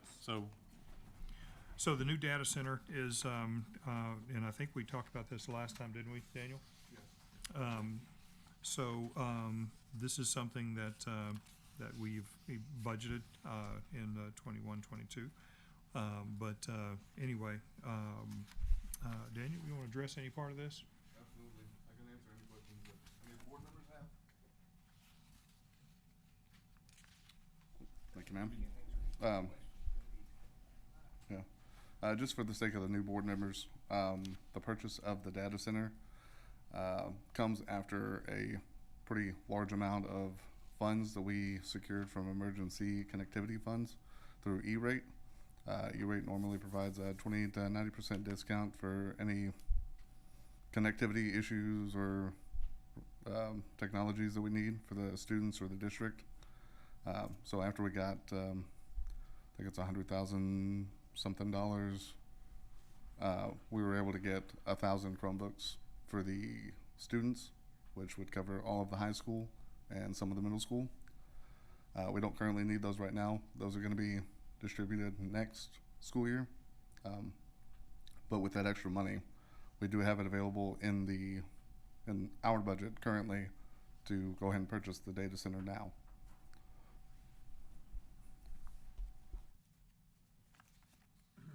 this was critical to have a backup to. No. Yes, Yeah, currently our data center is getting, it's not quite out of date, but it is approaching its end of life. So a new data center would be beneficial in that sense, but also the one that we currently have will act as a backup in case anything happens to our system. It will fail over to what we Right. currently are using, so there won't be any issues as far as connection issues.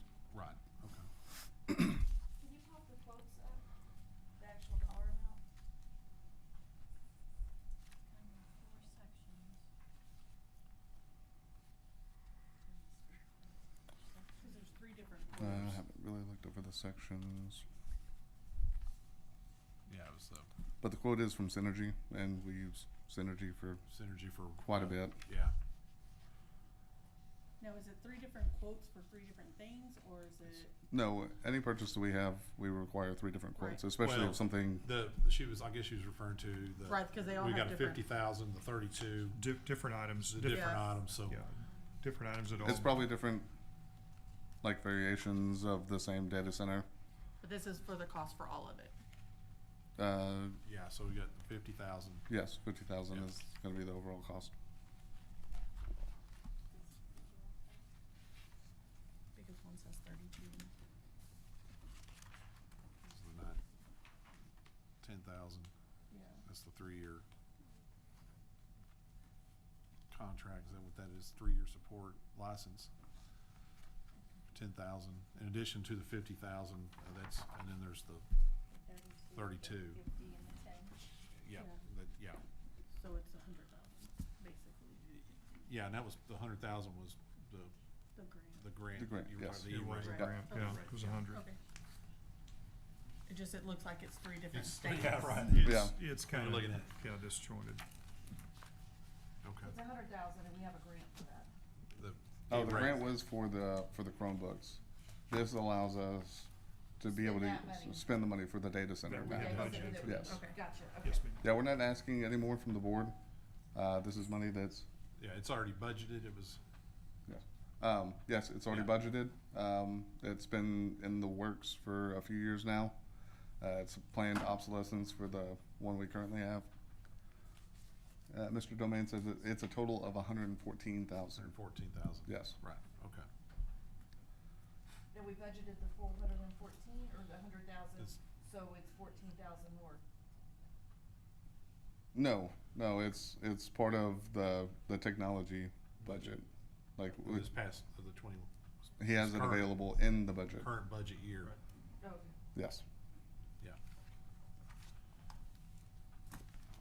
Not, it wouldn't be next year's budget, it is. Correct. Yeah. Okay, well, I'll make a motion to approve the new data center. Okay, you got a motion by Tasha, second by Gerald. All in favor? Motion passes. Chad, can we take a 5-minute break? Yes, sir, we can take a 5-minute break. We're gonna take a break here, 9:42. Amber, you gotta cut off the thing. Oh, I got it.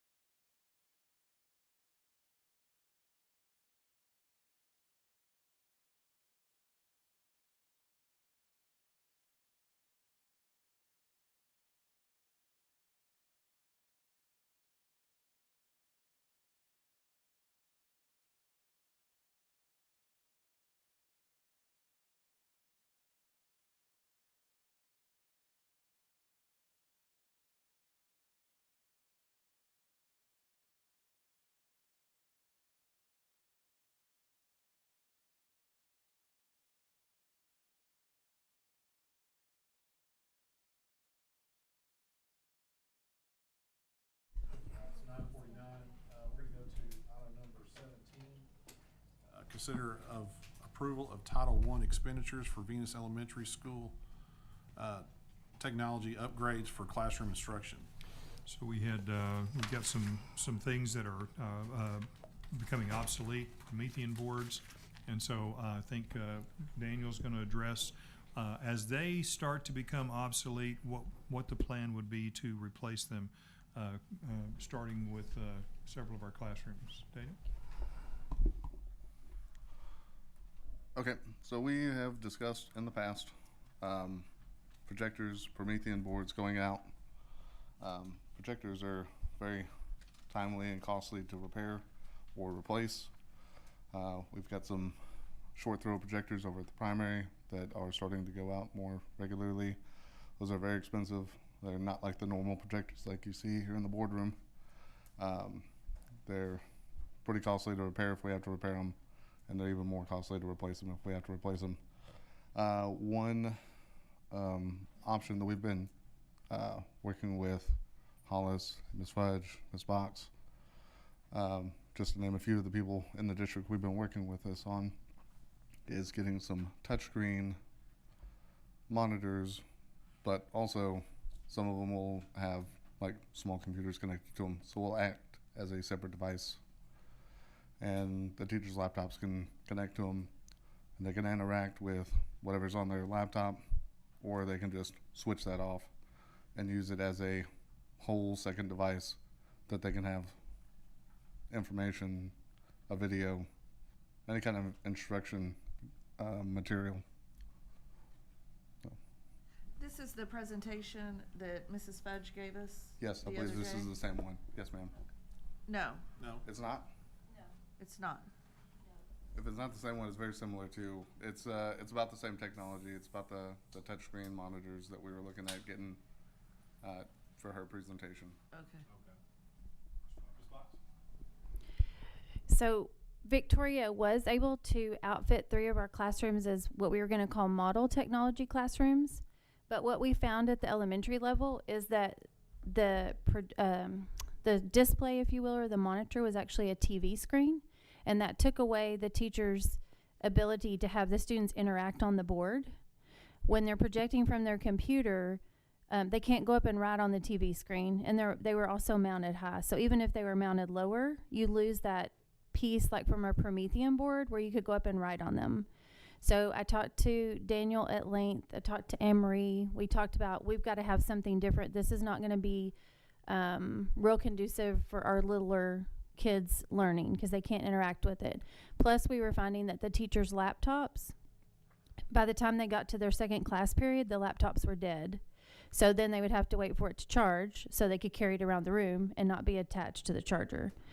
So we did find, they're called New Line displays. They're 65 inches.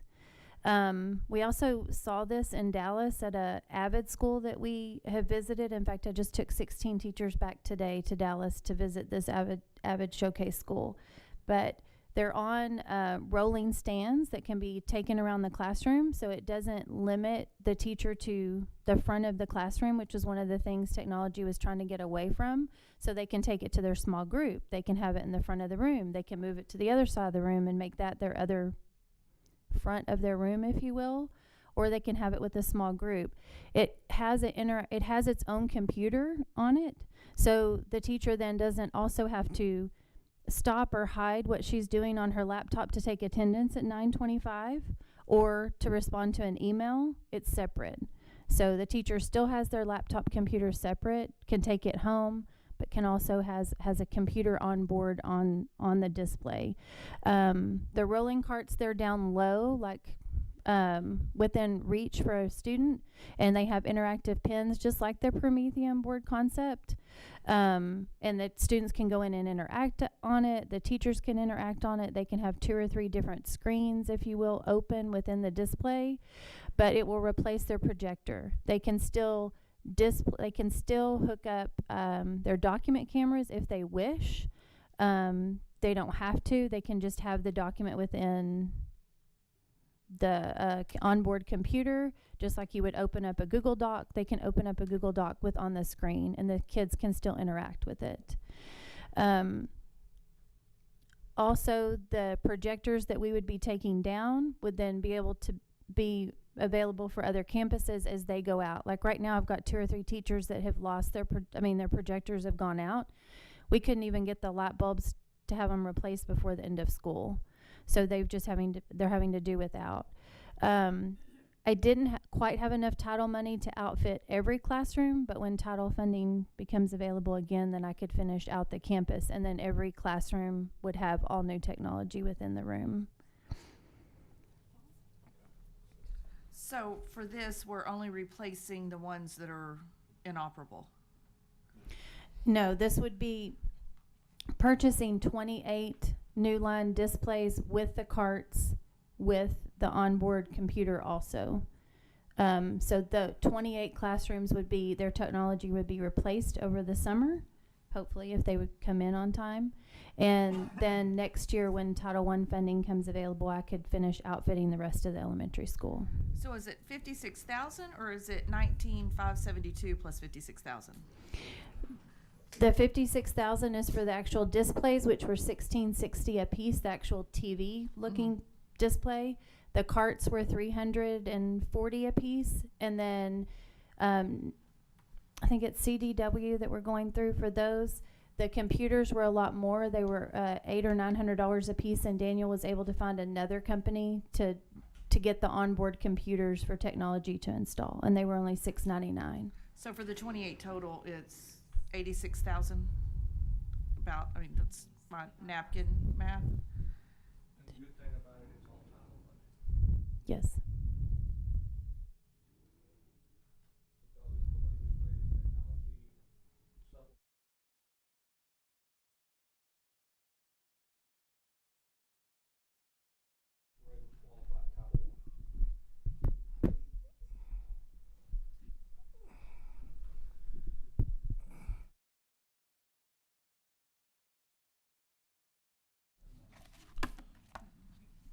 Anybody else have any questions or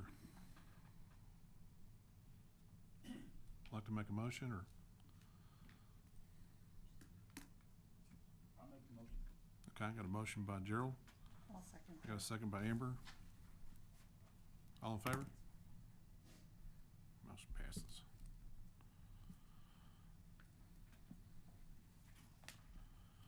Okay.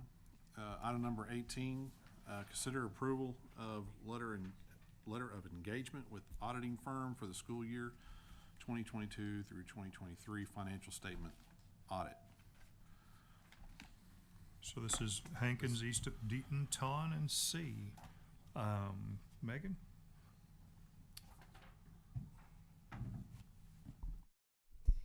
So this is our auditor that we've used with the district for several years now. It's pretty hard to find an auditor right now. So we're lucky to have Carl. He knows our books really well. So we've asked him to come back. Do we have to change auditors? Like, is it, he does it for a year or two and then they have to have somebody else in the office do it? I don't think Is so. there- I don't believe that there is a limit on the that? years that you can Use the same person? use the same person. Yeah, I thought that was something as well, like Yeah, I would just think it would be. Came down as a recommendation. I don't think there was any teeth in it. It was a Right. recommendation that, at least every 5 years. And because of what she said, it's kind of hard to, you know, to find one sometimes. And so that's why it didn't come down as a requirement. Right. Well, my experience with this auditor is when we needed it coming down on, he came down on us, and when we were getting better, he told us we were doing better. So he doesn't seem like he's afraid to let us know if we're running afoul. My experience with him is he's very helpful. He's very helpful. You know, we can reach out to him if we have questions. We need, you know, advice, guidance. How would you book this? Or we have this coming in. We can reach out and make sure that we're doing things the way that it needs to be done. So he is very helpful. I make a motion that we approve this auditor as presented. Okay, got a motion by Greg, Second. a second by Joe. All in favor? Motion passes. We're gonna table, I mean, you were saying you don't think we need to just move on item number 19, we need to Right. probably table that one. Yeah, so item number 19, I think we certainly want to do something with this, but I don't think we're prepared to tonight. So if we could table that, that would be great. Okay.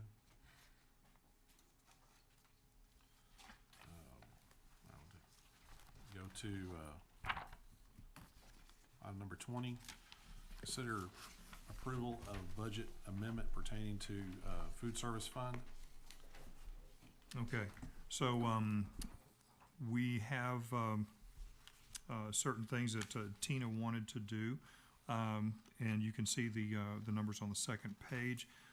Specifically, what we're talking about is, as she's listed here, walk-in cooler and freezer, and these are different things across the district.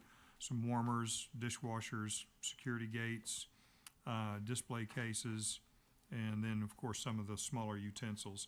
And I talked to her today again about also partitioning off over at the middle school. What we have to do is they've set up a snack area, and so they have to bring all that stuff out, set it up every day, pack it back up, and take it back in. And so we're looking at this would enable us to actually have it somewhat sealed off, so that we don't have to it's just manpower that it takes every day to set that up.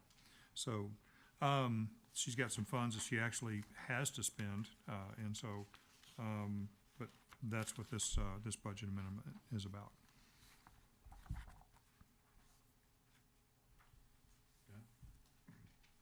I make a motion then to consider the budget amendment pertaining to food service funds. All right, got a motion by Gerald, I'll second. second by Tasha. All in favor? Motion passes. Okay. On to item number 21, consider approval of purchase of Palomar modular building for special education in the amount quoted. Okay, so we've been, as you know, we've got people scattered all over the district, and special ed has been one of those nomadic groups, and so right now they're occupying some space over at the primary school and occupying one of our classrooms, and so that we want to be able to use that classroom pretty soon. So it's inevitable that we're going to have to put them in a more permanent spot. So Jennifer has gone out and looked at some different vendors and different ways to stand this up. So she's got something proposed here for a Palomar building, and it is special ed offices. And Jennifer, do you want to address this? Sorry. Oh, before you start, I'm going to let the administrators go if they're not needed anymore. Sure. Principals, unless you just want to stick around, you're being offered the opportunity to make an exit. Sorry, I know it's late. Yeah. Opportunity is knocking. So thank you so very much.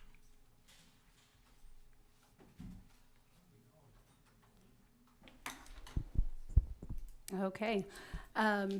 We do have the opportunity for some additional offices and workspace that we're pretty excited about. This will allow for evaluators to have office spaces, confidential, to increase their efficiency with getting evaluations and reports and our prep completed. Also, the opportunity to provide some of our adult students with a vocational training space, a small area for small professional development, as well as a central location for our early childhood evaluations for when students are transitioning to us from ECI. So, do you have any questions? We did get 3 quotes from different vendors. This one, all of them had similar or the same floor plan. This one has the best pricing and timeline with it. So, Ms. Longford, where is this gonna be located? Where will this be located in the district? in a central location. We've actually in a location near you. That was rehearsed, wasn't it? So, and actually, we do have some options here, and but one of the places we know that we're going to have probably have a need space for over here at the high school is between the high school and the softball field. We know that we're going to be using some there, and so that might not be a bad location. Well, it would certainly be acceptable. Yeah, I was gonna say that we've just put that three-phase electric in there, so we've got the electric already over by the other portables now. 'Cause that's the biggest cost. When you add these portables, then we've got the electric, we've got to run, we've got, Right. data, the fiber and everything else that goes along with it, so. We have looked at, and this is one of those things that we as a board will have to look at too, is because once you start standing these things up, I know they're called portables, but once you stand them up there, they're going to be there for 30 years. Okay, they're not that portable. So we've got this what we call the soccer field over here between the elementary playground and the primary. We've talked about maybe using it for a few things. I don't know that that's the best place for this, but the idea is that this would be centrally located, as she said. We do have a few options. We've looked at everything from, even if you go to the middle school and that road that goes back to maintenance, even off to the east, that's a pretty substantial piece of land right there. We don't. Like with the parking already there, like where the. Well, there's the concrete parking lot. Then there's the de facto parking lot on top of that, the dirt. And then, but if you go, and then there's the road, but then on the other side of that road, you don't ever look at it, you don't ever think about it, but that's a pretty sizable piece of property. I don't know that we want to stick special ed there, but chances are we'll probably stick something there at some time. Bottom line is we want to make sure that we have a spot that is going to be functional for this. So right now, probably the two biggest candidates would be over here by the softball or possibly over there. Okay, so I have a question, sorry, Yeah. go ahead. Sorry. Are these wet? I mean, This they're would be showing- wet. Yeah. They're showing toilets over Yes, sir. there. Yeah. So we need water and sewer too. So, Correct. and that's what I was wondering, is like, even if, I know maybe over the 3rd Street campus over where the old 6-man football field, that vacant lot there, I mean, we've got access to,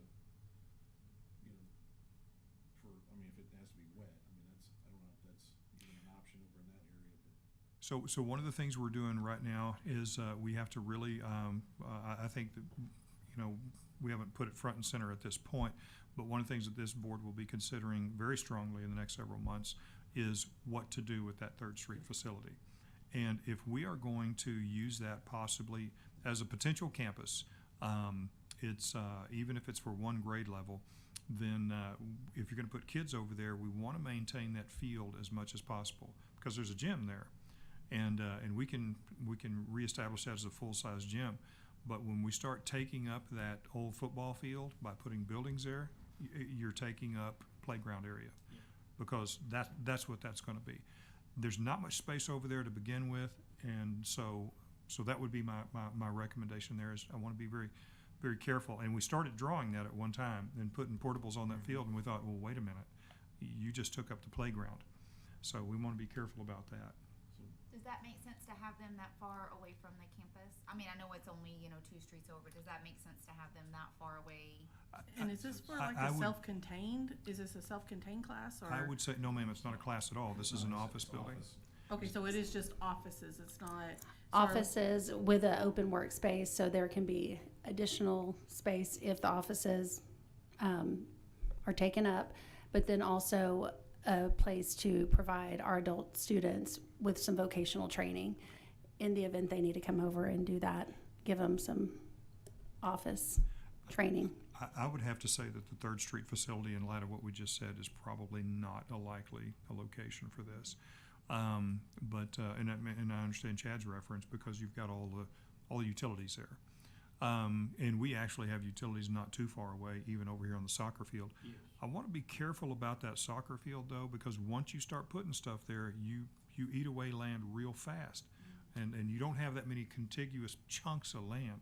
So you put a couple of things there, and you've lost really a lot. So one of the things you can take into consideration is the DAP is wet. So that has sewer and water that feeds that facility as well. So it's close. Right, and I knew that we had run some estimates when we were talking about the other portables, when we had that debate, once before. And it's an added cost, but that's, I get the building, this building, it would always have to be used for special education. We can't redesignate it for something else down the line, so. Well, and what Chad's referring to is the fact that, we're talking about using Title I special ed funds for this. So this will always be a sped building. And because it's offices, it's always gonna be offices. So you're not gonna have a whole lot of flexibility. However, as our district grows, sped is not getting smaller, okay? So whether it is the office or an office building, that's what it will be used for, yeah. Well, I think we gotta keep in mind too, for this piece of land, that, if we decide to make this down here, even a single grade unit, the daycare's gotta be moved. So. This is primarily gonna be our spot, looks like for me, for that daycare. So Jay brings up a good point. We're shuffling, okay? So, in this discussion, you have to bring up, okay, if we make that a campus over there, daycare leaves, heck, for that matter, technology and welding. So now, for a certain period of time, if you only put one grade level there, welding could probably coexist, for a while. If you even put 2 grade levels there, that could possibly happen. 2 grade levels is going to be tight, I will tell you. It's going to be tight. But to Jay's point, daycare has to go somewhere. So what we have discussed is possibly putting daycare over there on that piece of land over there, that soccer field. It'd be a great place for it, actually. But again, once you start eating up that piece of land, that's it. So I want everybody to keep that in mind. I don't want to pack everything onto this area over here between the high school and the softball field, but that's a pretty likely scenario. Daycare probably doesn't need to be over there by the high school. So if you put daycare over there, then again, maybe we can put sped over there. So that's what opened up that discussion. So. And that really would help us with any early childhood evaluations. It would be a nice central location, and if it was next door to each other, would help us out. Or if it was over right in the over here. future, if they were together. So in maximizing, in doing so, the 3rd Street creates a series of chain reactions. Like I said, daycare, and daycare needs to be out of there. And we do have some abatement to do over there. And those 4 buildings that are on the west side, a lot of people call those portables. Those are not portable buildings. Those are, they're on piers, and they have concrete floors. So they were not built to be moved. And I think you had something to do with that, didn't you, Joe? Yeah, we moved them in. Did you? They came out of a Montessori school in Dallas. Uh-huh. They were used when we moved them in 35 years ago, so. And you nailed them down pretty good. Yeah. Well, they're on concrete piers. So what would need to happen there is those need to be taken out. Those need to be demoed. They pretty well run their lifespan. But anyway, we're probably getting on into a whole different area here. So we got the cost for the building, got the funds for those. But did you have the preliminary estimates about what it might be for the additional? I don't have those with me. Okay. Ronnie was here. I thought he was going to be. I think based off the others, we're looking at, it could be 50,000, it could be maybe 100,000. It could vary, but. So yeah, and How wet it is. We would have to come out of the general fund. right. Yeah. So. I think what this cost does have is this is the ramps. Is that right? This is the ramps and skirting and all of that. So what we're talking about, what we would be responsible for here then would be the utilities and everything from hookups to the and there's building permit, all of that. There are costs besides what you see here, but ESSER funds. It doesn't include the ramps or the steps. oh, it does not. No. It doesn't include price the does not include, yeah. concrete canopies, handicap ramps, steps, gutters, self-contained fire alarm, low voltage equipment. That's right. That was the other portables we had. Yeah. So. Right. This one here seems high. Okay. This one here seems awful kinda high. looked at. Well, they're all getting that way, Gerald, and Yeah. so, right now, because of lumber and everything else. And, so because of that, and I even mentioned that to Jennifer, I said, well, couldn't we maybe go through there and get a, and I was trying to kind of jerry-rig this a little bit, get a couple of them and put them together and all of that, and I know she was rolling her eyes. But by the time you do that, you spent that kind of money. So this says this is good for 30 days and it's dated April 14th, so what's the price now? The same. They're gonna honor the cost. That's one of the things I asked Jennifer was that, hey, we're already 2 days past, and so. So this will be sufficient for you for a while, 30 years. 30 years? If I make it that long, yes. Yes, it will. So we've got a little bit of time to select the location. It's not Yeah. gonna make a difference in the cost if it's here or there. It's Correct. same price, so. But it could make a difference in the additional things that we need to add, right? That's gonna come out of the general fund balance When, for the yeah, for all the other stuff, yeah, that we have to do? when we decide where we're gonna put it at, because it is wet. We will, what we will do is we'll have a, compare and contrast on those locations. This is what it would cost here, this is what it would cost there. We've had Ronnie go out and take a look at it over here on the soccer field. And, but he had some figures with him, and I apologize, he's got those with him. I don't have those. Last time it was like, we may have to add a lift station and, you know, and that was like, there's another 30,000, 40,000, whatever it might be. Right, we're not gonna allow it at a lift station. So I was like, oh, man. Right. Just to get restrooms? So the additional money, what budget, when does that hit? I mean, it's not budgeted now. That'll come out of maintenance budget. Maintenance And that's money's there to do this? I would say that yes, we've got the money. Some of it? Yes. In our 51, it wasn't specifically budgeted for, no. Right. But what is some of it? What is some of it, 100,000 or? I would think that we could spare 100,000 in maintenance and operations. So what are we not gonna do because we're gonna do that, though? Put it in fund balance. Yeah. Mm. I mean, there's no other major maintenance projects that we're gonna have to put on hold because of, you know, that expenditure. I mean, I guess it would be something that maybe possibly would roll over to next budget year, but.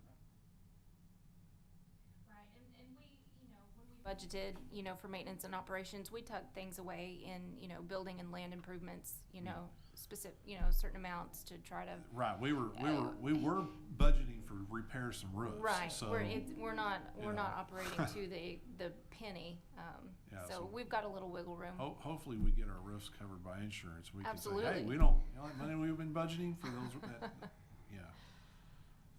Yeah. Okay. All right, well, anybody like to make a motion? I'll Anybody make got a any other motion to questions? approve the purchase. Okay, got a motion by Joe.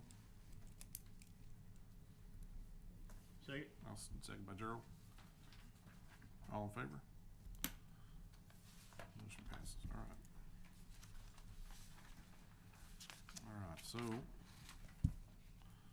go to item number 22. We're gonna go to executive session at 10:18 for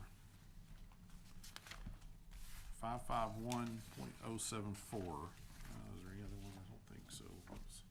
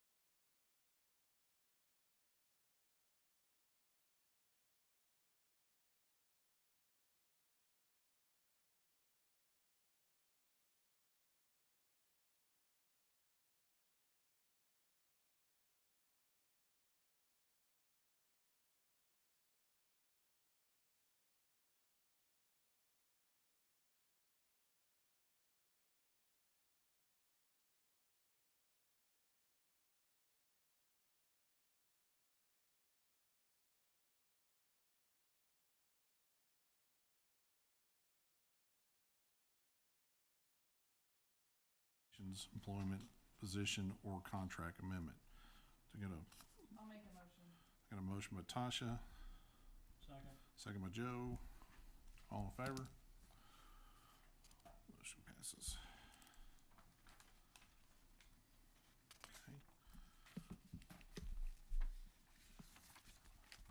And that, yeah, item number 25, consider approval of new positions. I'll make a motion to approve. Okay. Got a motion by Tasha, I'll second. got a second by Amber. All in favor? Motion passes. Okay, going to item number 26. We got reports. Superintendent, you? Yep, real quickly, what you have in front of you in your packet just simply takes a month-by-month look at the enrollment all year long. So the first one there is August, and you can see what our enrollment was at each one of the campuses and then the district, and also compared to the previous year. So that's pretty interesting. And then you can see the plus or minus at the end of that column. Down at the bottom part of that page, you can see it's done by individual grade levels. So that's pretty interesting. But when you go all the way back to the most recent one, on the last page in that packet, you can see that is month of May, at least actually on May the 2nd. And so we went from 2,105 students in August, which that's before Labor Day, so that's to 2,323 students. So that is a net gain of 147 students. So probably more applicable if you go to September. We jumped 103 students, or that's not true. We jumped from 2,105 to 2,280 in September, and then now we've gone to 2,323.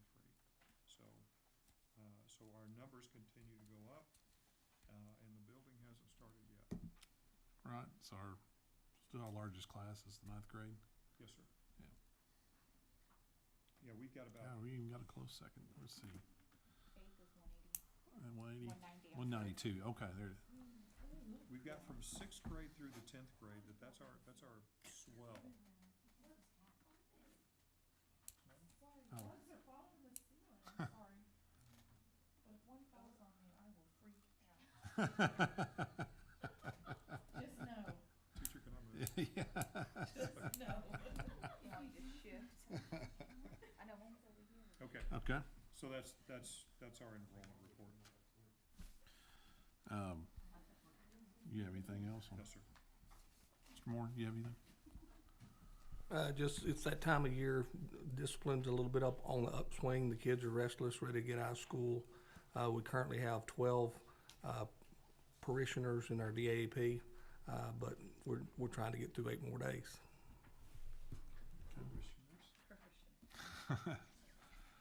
Megan?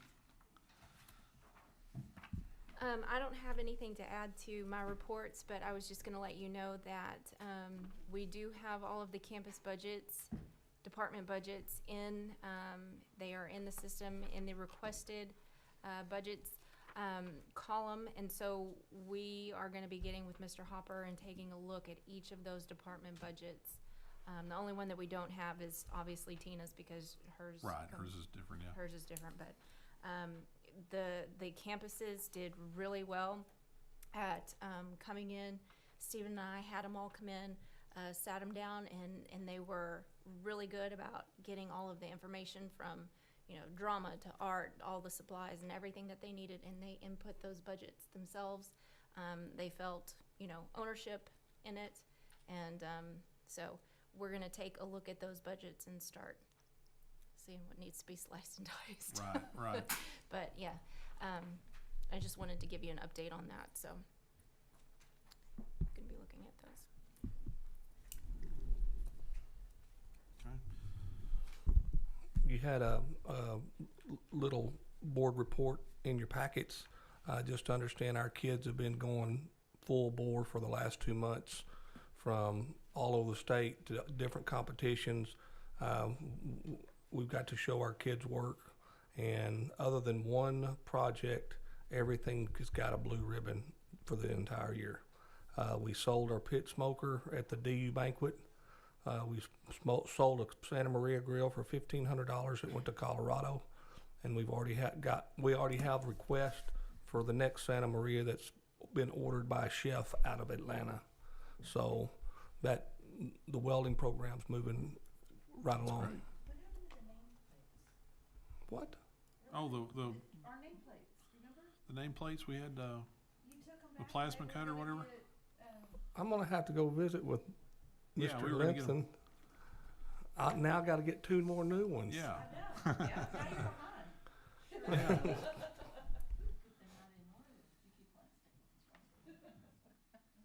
Yeah. Yeah, I forgot about that. Okay, does anybody else have any, questions on reports? Yeah, just one quick one, on maintenance. I know we, spent some money and some time putting some cameras, looking at restrooms. I'm seeing continually graffiti removal in restrooms, particularly at the middle school. Are those cameras doing any good? Are we identifying any perpetrators or? Well, of course, the cameras can only be on the outside. Right, yes. Of the restrooms. And honestly, that's a principal question that I'd have to, see how much they're accessing those and what sort of leads they're getting on that.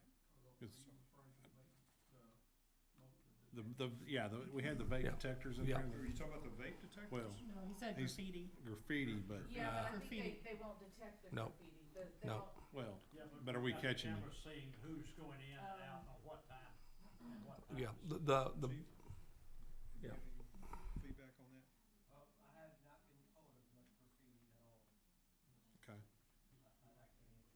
I'm just seeing on Ronnie's report, Graffiti removal. restrooms, continual thing. Yeah, I think it's gonna be, Yeah. I think that's gonna be an ongoing 3 times problem. this month it says from the boys' 7th grade restroom. Yeah. Or just, yeah, boys' 7th grade.